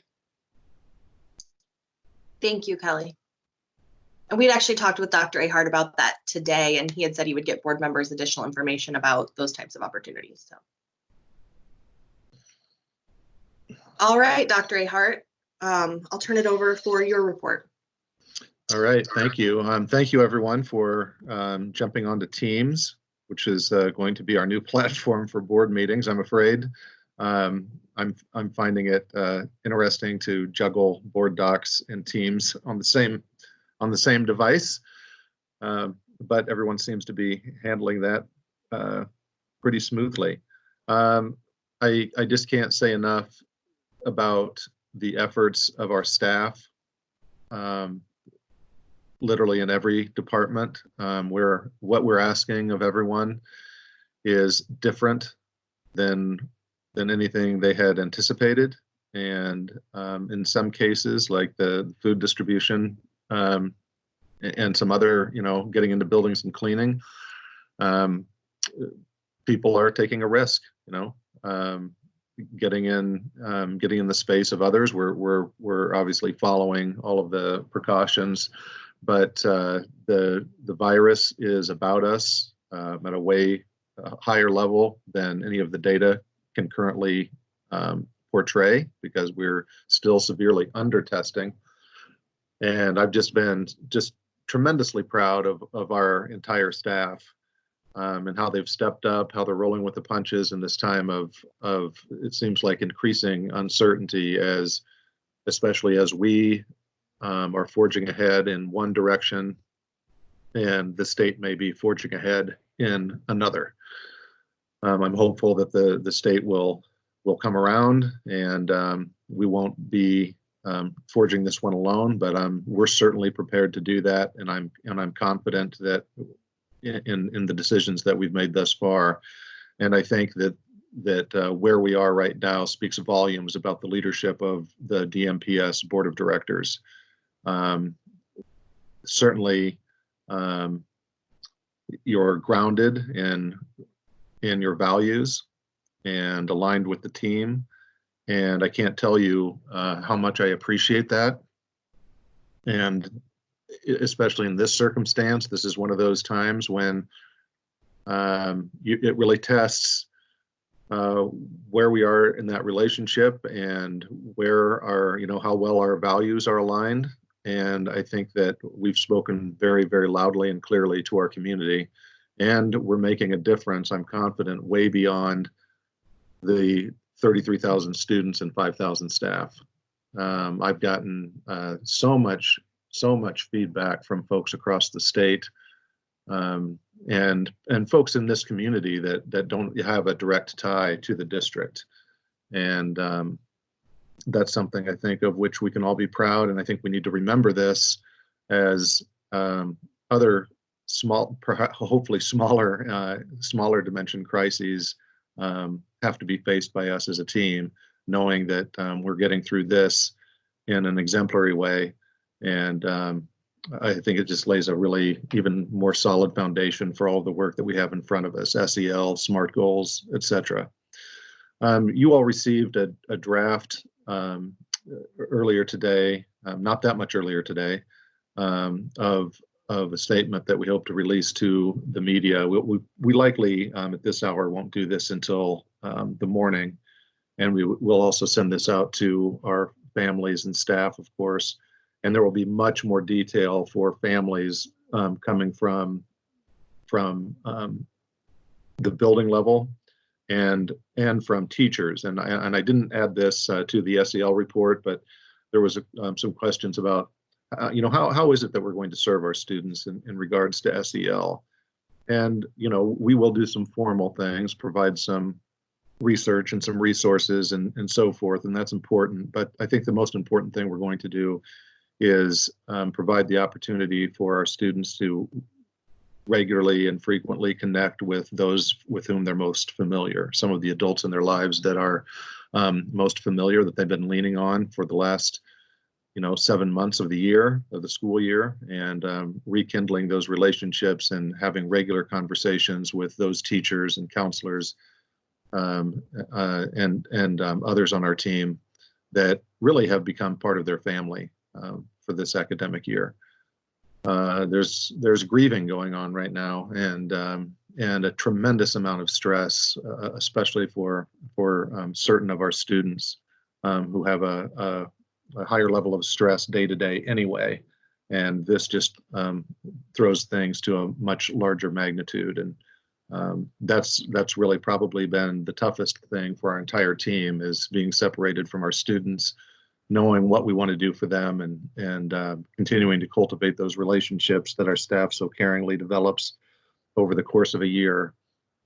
So I'm really excited about the direction that we're headed, and I think come May and come June, it'll be very evident to everyone who may not be convinced right now that we're absolutely taking the right course forward for the long-term stability of our students, and certainly for continuing their learning through this COVID-19 crisis that we're all trying to endure together.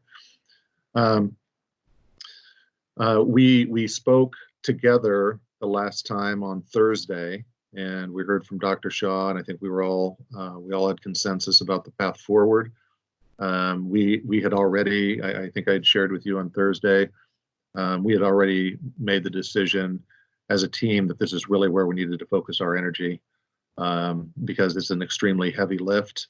I spent a good portion of the day today negotiating with some service providers, and attempting to start the ball rolling on hopefully some private contributions to help support the significant additional investment that it will take for us to get a device in every student's hands, and to get internet access for all of our students who currently do not have it. We're making some very good headway. This is a very complicated equation on the connectivity part. The device piece is a challenge, but something for which we have the resources largely in place, but it's a matter of safely distributing, which just that physical distribution is a challenge when we're trying to limit contact between individuals and trying to limit traffic in our buildings and so forth. So that piece we have well underway.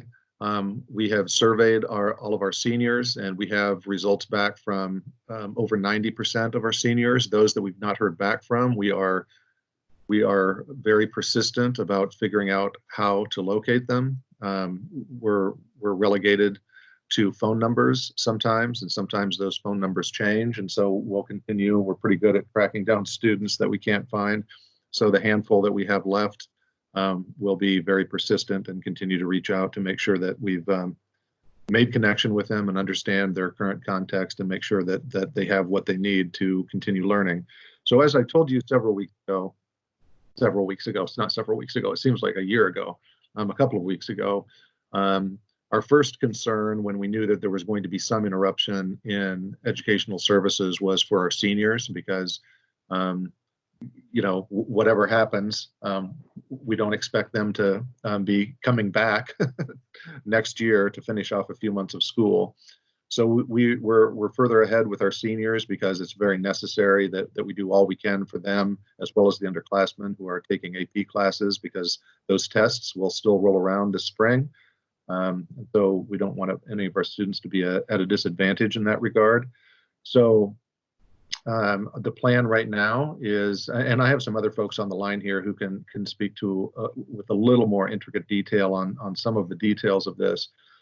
But the plan is that we will distribute computers and or internet connections to our high school seniors this week.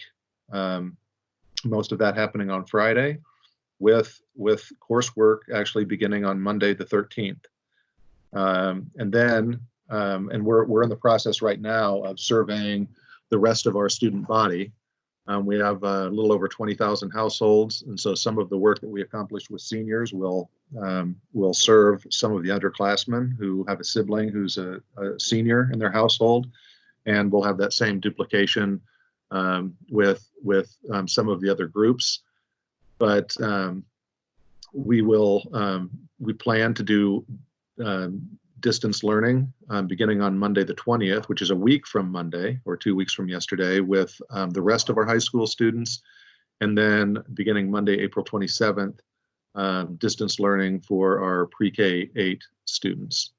That will leave us about 5 weeks in the school year in which we can focus not exclusively, but have a higher focus on English language arts, including reading and math, but we will also be providing coursework in the hard sciences, social science, all of the humanities, etc. We've just upgraded the resources that we have available to families on the website, and Kelly may have seen that we're distributing printed materials for families that want them as part of our food distribution protocol. By the way, I reminded me, please, that I want to just update you a little bit on plans for distributing meals moving forward. Our teachers, we had already, even during the already scheduled professional learning opportunities that we had at the tail end of spring break, we had already started to address some distance learning professional development for staff. We're putting that on steroids right now. It will look different at different grade levels for sure, but certainly with the exception of our virtual campus teachers, we really don't have, by and large, any staff who are trained or experienced in connecting with their students virtually for an extended period of time. And so we have training in place for that. We'll have ongoing support, of course. Thankfully, we've made some smart investments in software products, most notably Canvas, so that we actually have a vehicle, an electronic vehicle for facilitating the connection between students and staff, and to house materials and lesson plans and assignments, and collecting those electronically, exchanging them, and interacting from a distance. As I said before, we will be communicating with much greater detail to students and parents in the coming days, focusing initially with those families that have seniors in their household, and then immediately following with high school underclassmen, middle school, and then elementary. I want to recognize publicly that while this is a really heavy lift for our team, and we're moving with pretty amazing speed in getting this off the ground, it is no less of a burden, or no more of a burden for us than certainly it is for our families. And we certainly recognize that, and that frankly was the hardest part about making the decision to not bring students back for the remainder of the year. All of our families have a different level of capability and capacity and resources to draw from, and we certainly recognize that. So it will not just be our teachers who are engaged in this work. It'll be our regular classroom teachers and content area teachers, but it'll be our bilingual family liaisons. It will be our ELL teachers, our special education teachers, and our counselors. It's really all hands on deck, and all of us are actively trying to figure out, okay, what does my work look like now, and where are the best access points for me to make my contribution to ensure that every student feels supported, feels connected, and can continue their learning in as meaningful a way as we can, given this very dramatic and unanticipated change in our world. So, but with that, before I open for questions, I just wanted to mention that we have been. I mentioned to you on Thursday, which is why I want to loop back. We had some questions about essentially financing around our continued ability to provide food for our families. We distributed about 7,000 meals today, and it's I think somewhere around 140,000 meals that we've distributed since a week ago Monday. That number is steadily increasing. We anticipate, because we're continually reaching out to families to make sure that everybody is aware of the opportunities. So we anticipate getting that number up probably close to 10,000 in the coming weeks on a daily basis, and on weekends, which really equates to Friday. That means a distribution of about 30,000 meals in one day. Very heavy lift. the work of our food and nutrition team looks very different when they're preparing meals and distributing them in this manner. And we have been highly reliant on volunteers. A lot of those are staff members who have, from other areas, teachers, administrators who have volunteered to help with distribution.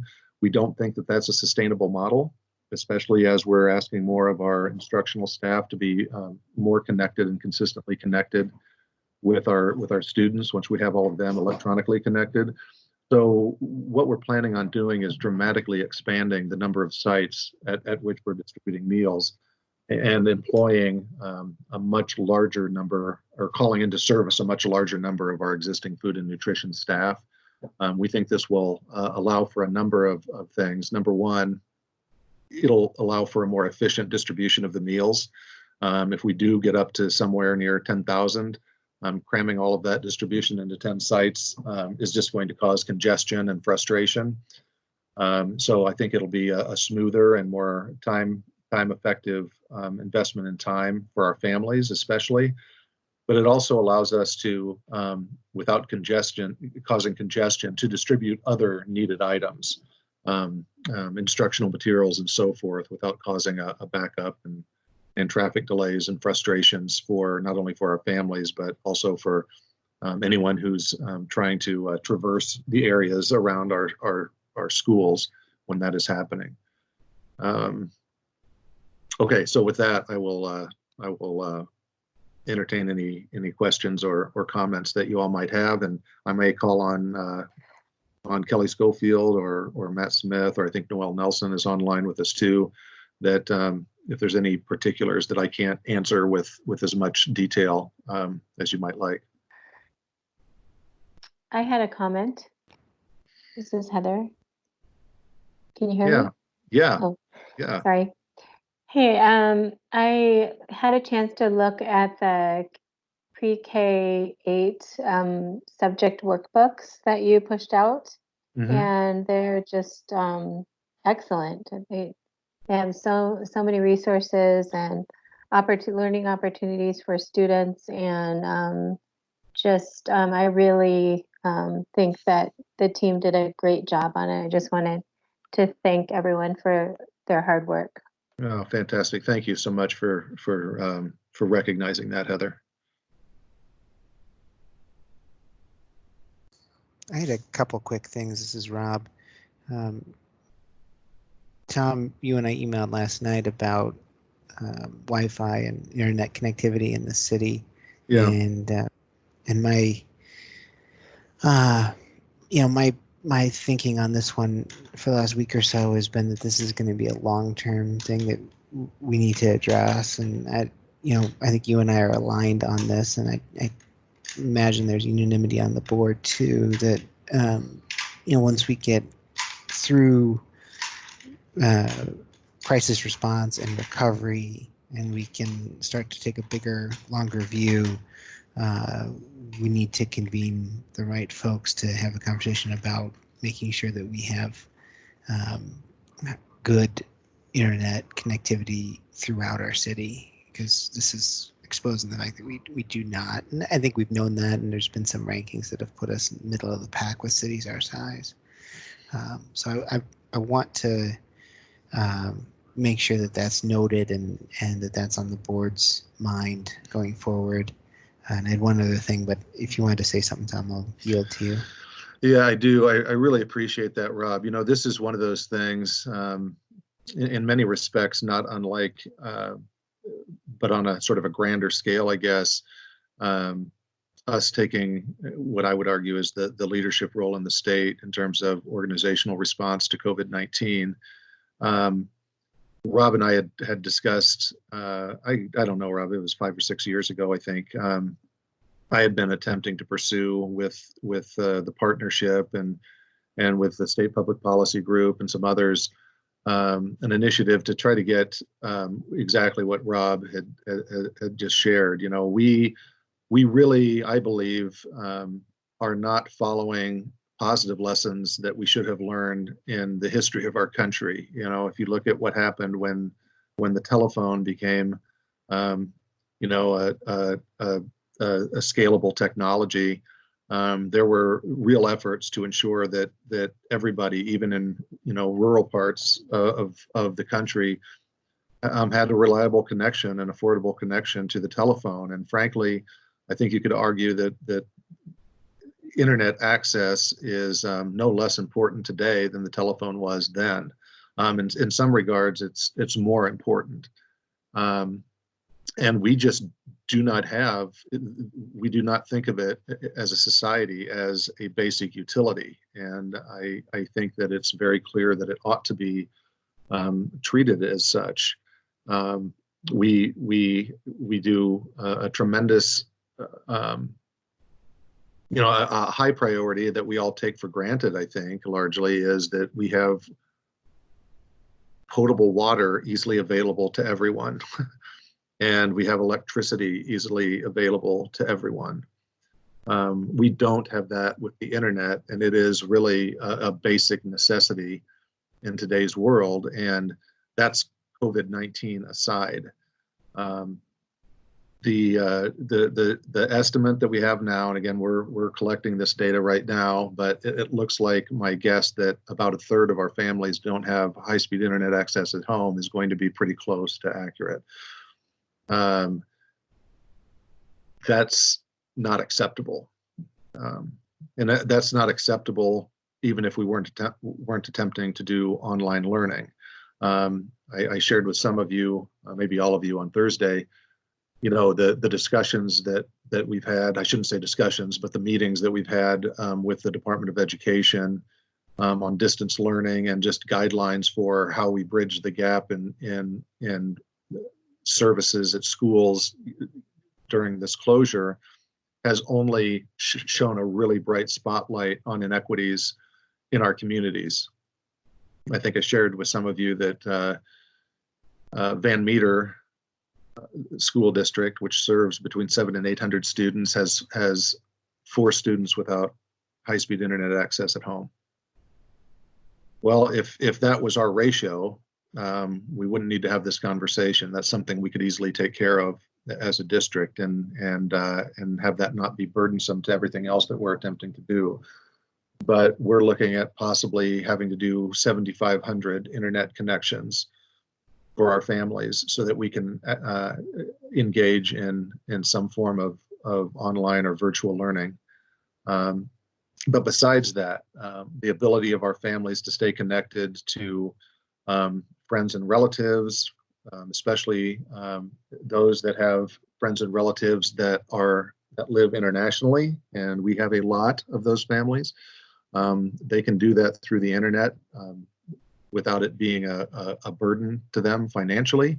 The ability of our families to connect with employment resources, to engage in professional training and technical training, and the list goes on and on and on and on and on. So I really appreciate Rob's thinking on this, and once we are kind of through this, getting through the crisis mode, I would really appreciate the board adopting that as an area of priority in terms of linkage and in terms of advocacy with the city, with Polk County, and with all the other players that we think may be necessary to engage, and who, by the way, would also benefit from having a much more robust internet and robust and affordable internet infrastructure within the bounds of the district and the city.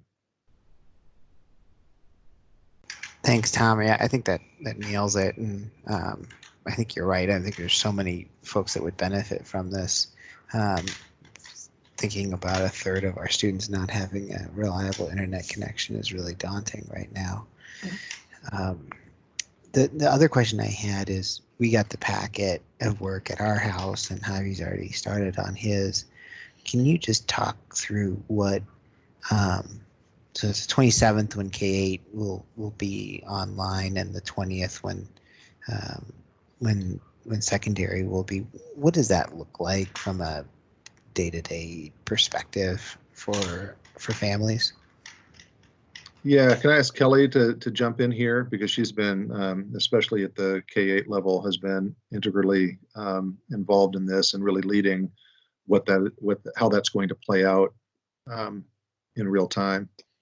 Yeah, sure. And Sarah Darty's on here too. If you wanted to kind of get a glimpse at what it will look like, we can certainly show you the Canvas course, and she can run through that with you as well, if that's something that you'd like to see. Sarah and I have teamed up and to sort of plan and facilitate the K-8, pre-K-8 actually, learning structure that we've kind of rebranded as DMPS at home, because we wanted to really separate from all the other titles that are out there, like continuous learning or remote learning, of just what are we providing for our students when they're doing this home learning. So we've come up with the brand DMPS at home and worked with Phil's team on that.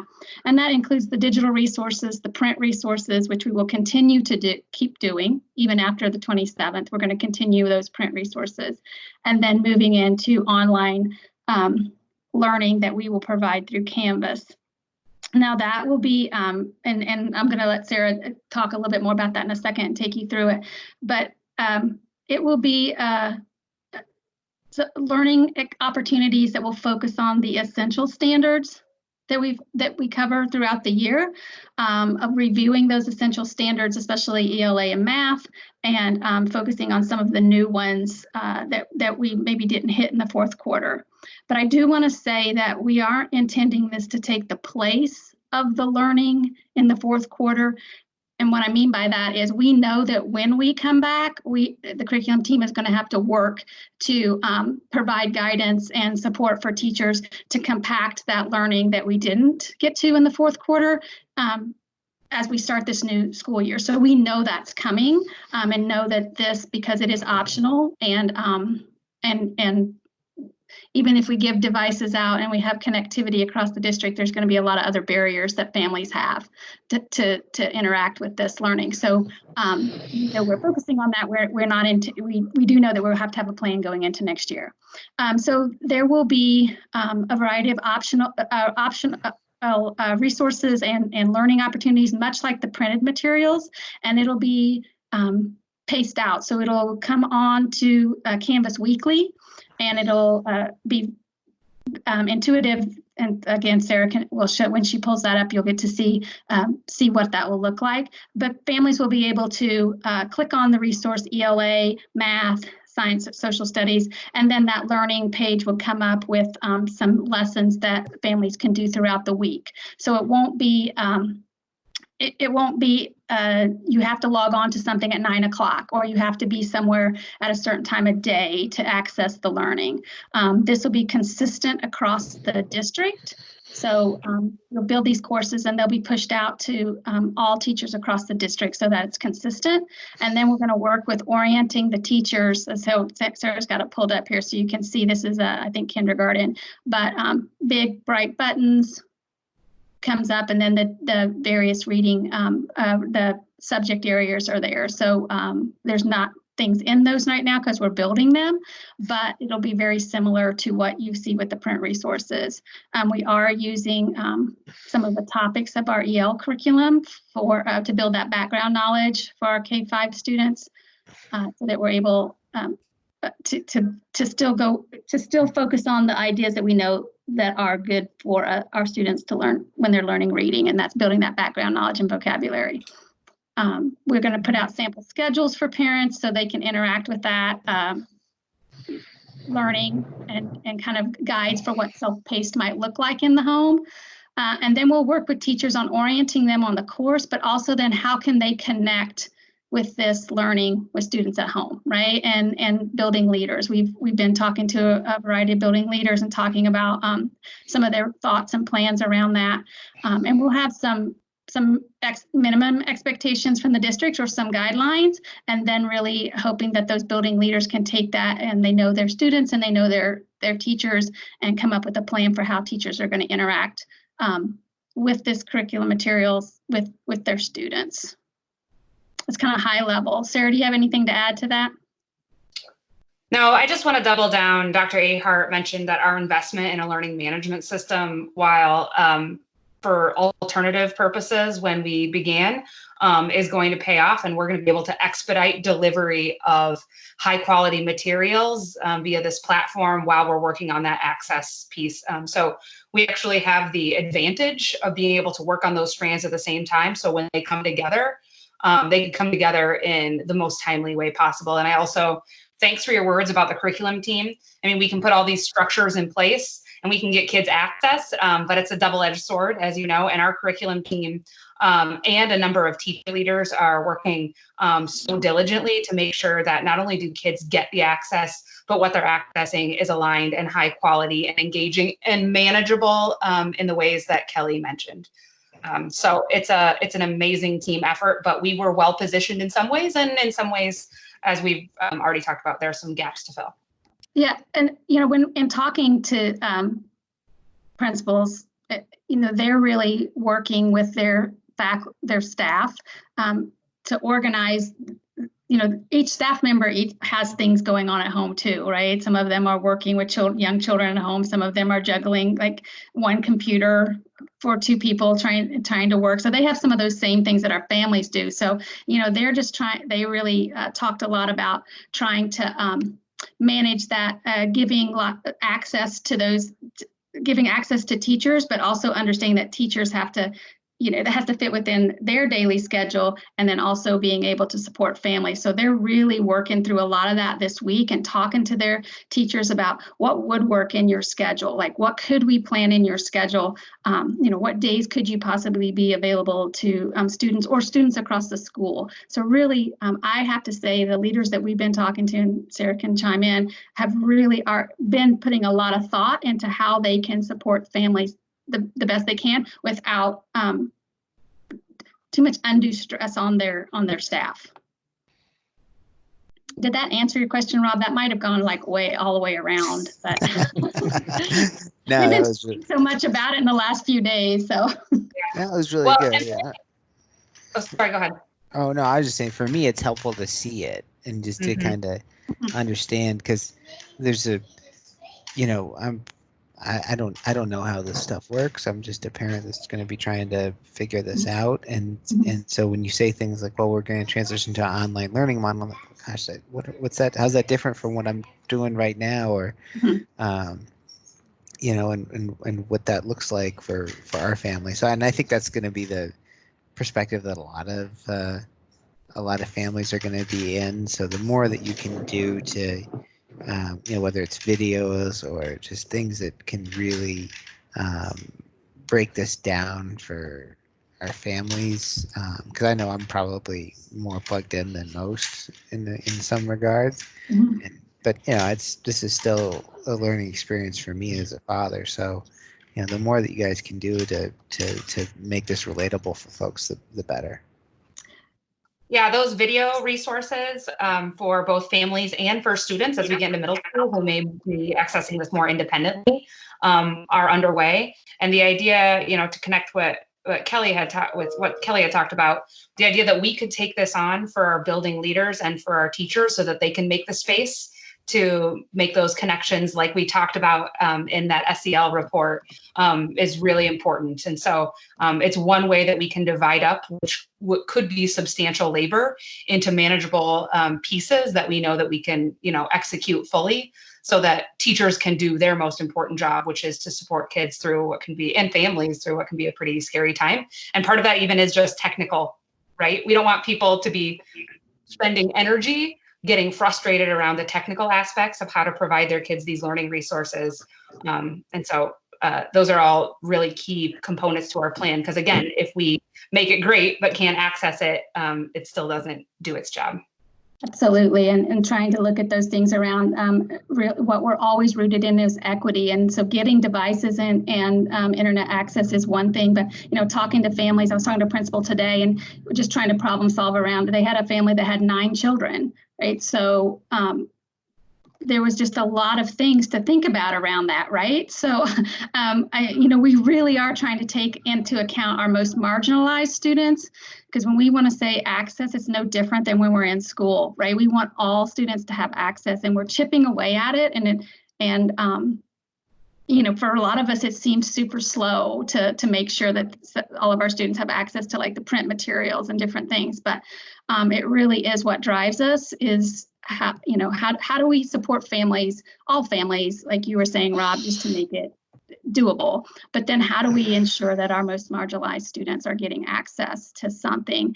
And then those check-in, check-outs are another thing that we just keep pushing with the schools of, that it can be around learning, but more importantly, do we know where our students are and are they okay, right? So having that check-in on a weekly basis, at least once a week, is more about their emotional health for the students right now. And then making sure that if we're not checking in with someone, that we can follow up with that. So having that regular routine, and principals they have got some great plans for doing that and dividing that up among their staff at their building so that, teachers at their building have certain students that they're checking in with each week. So, so I guess that I just wanted you to know that does like drive us, and it's at the root of all the things that we're doing. And this is Matt, and at the risk of saying this, repeating something that we said just in a different way, it's important that we guard against not having a 5,000-foot screwdriver at the district office level and determining how a teacher engages specifically with individual children. They have our professional trust that they know what is best for kids and how to creatively engage with students in this content. Some teachers might choose to do a full class meeting, some might do small groups, some might do individual, and they know their students best. And so we're going to rely on their expertise and their creativity to create the best individual learning plan for students that we can possibly have for the next 5 weeks. Yeah, and to add on to that, one of the things that Sarah and I have planned with once these Canvas courses are built for pre-K 8, that we have our departments, our special education department, our ELL department will go over them and looking through that lens of access and support, and then be able to say, okay, here's some things we need to add to it so that our English language learners will be able to access this, or some of our special education students, or any students, just adding those ideas for parents for scaffolds if in case their students are struggling. So that was an added layer that we've added to it just to give it just one more, I guess, layer of access and one more access point. So having those departments help us and look at it on the back end, I think, and then those teachers and having that consistent curriculum across the district, it will allow the special education department and the ELL department also to look at that and say then how to support their teachers in supporting their students on their roster. So there's just a lot of layers that we're putting in place. Thank you. Board members, do you have any other questions for Dr. Ahart related to his report? Yeah, this is Kelly. And really quick, just with Kelly and Sarah jumping on, thank you for that preview of what that online learning is going to look like. And when you guys are starting to develop what those guides and tips are going to be for parents, are you looking at that from an aspect of also our parents who are non-English speakers and making sure that those are translated, but helping those parents as well to support their kids in their learning? Yeah, last week we have started some of the deployment of those resources, just tips for engaging your families and students at home. And we've been leveraging our network through School Connects and our bilingual family liaisons to make sure that those messages are getting out as widely as possible. You'll what might have also noticed on our print resources, we made sure we translated at least the purpose of those resources in a number of languages, so parents would even be aware of what they are. But that's really important, that, again, that access versus content piece, it's only as good as the people it reaches, right? And so using those resources that we have in place in those systems is really helping us make sure that we're getting those messages of support to as many people as we possibly can in a lot of different ways and a lot of different languages.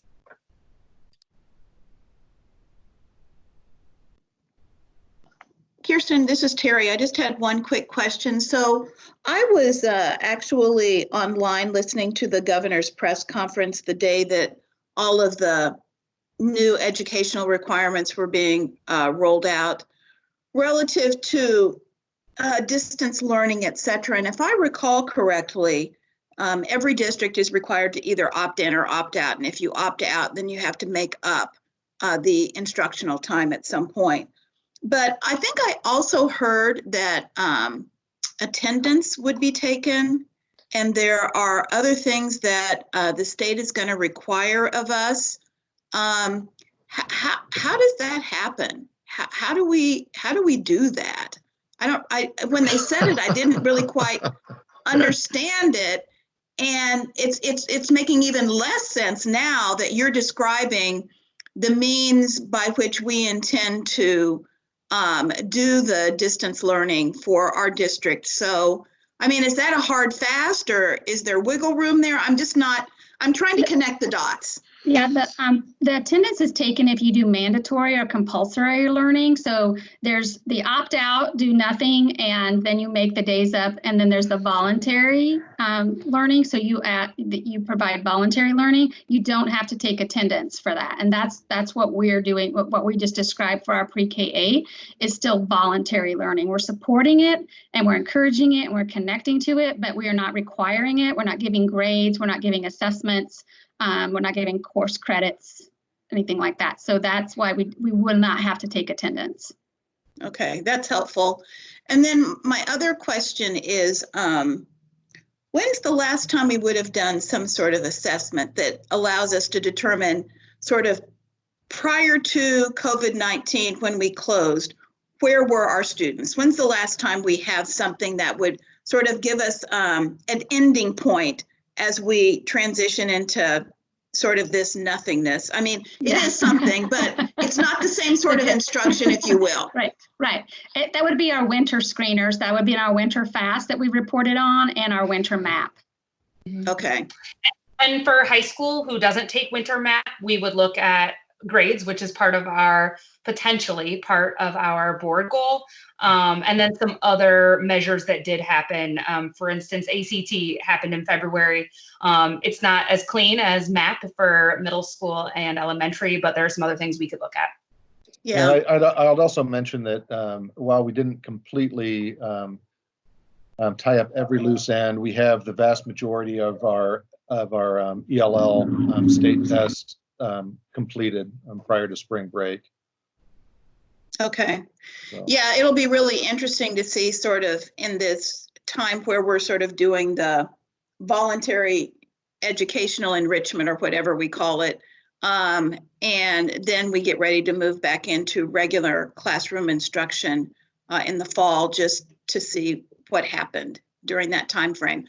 I say that because I am particularly concerned for our ELL students, our minority students, those who are not like Rob, who are actively engaged with their children, who have the tools and who are equipped to support the needs of their children in the interim. We have so many that just either aren't equipped, aren't interested, are really going to allow their kids literally to do nothing. And that's where I worry the most about, sort of the decision that we've made. All of those kids that are going to literally fall through the cracks, where in many instances, we're going to literally have to start over almost a whole year's worth of instruction because many of them are already behind. So that's a challenge that I think we have to own. But I think it's something that we're going to really have to figure out as we prepare to move into next year, because I'm really concerned about those students. Terry, I'm very glad that you lifted that up, and I think that our team's approach to this, I think, differs materially from all the conversations happening in all the other districts that I've been in contact with, trying to garner support for forcing a different decision from the state. And it seems that the conversation at the district level, not DMPS, but at the district level around the state, and certainly at the state, is purely a compliance issue. And that's not good enough for us. I mean, it pains me to think of, there's thousands of our students that, whether the state's going to require us to make up time and blah, blah, blah, I really don't care about. What I care about is we have kids who literally are going to be behind.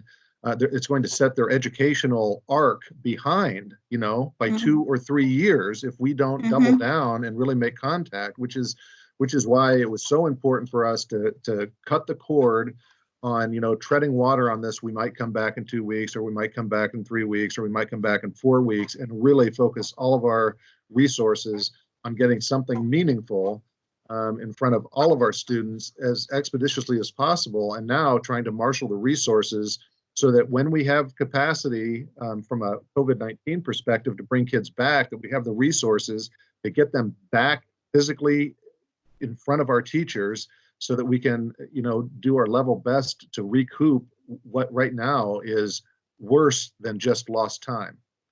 Because this is lost time with a tremendous amount of stress and you know, and trauma, quite frankly, that these kids and families are facing during this time.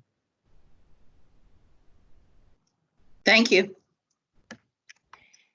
All right, thank you for that. Without any board questions, I'm going to go ahead and adjourn our meeting, and I think we should reconvene for our work session in about 5 minutes at 8:20. I just need to, you know, take care of a couple things real quick, and then I'll be back. Does that sound good, board? Oh, I think you're muted, Terry. 8:20 sharp. Yep. All right. Sounds good. Thank you, board. Thank you, staff, for being on with us tonight, and thank you, guests, for joining us.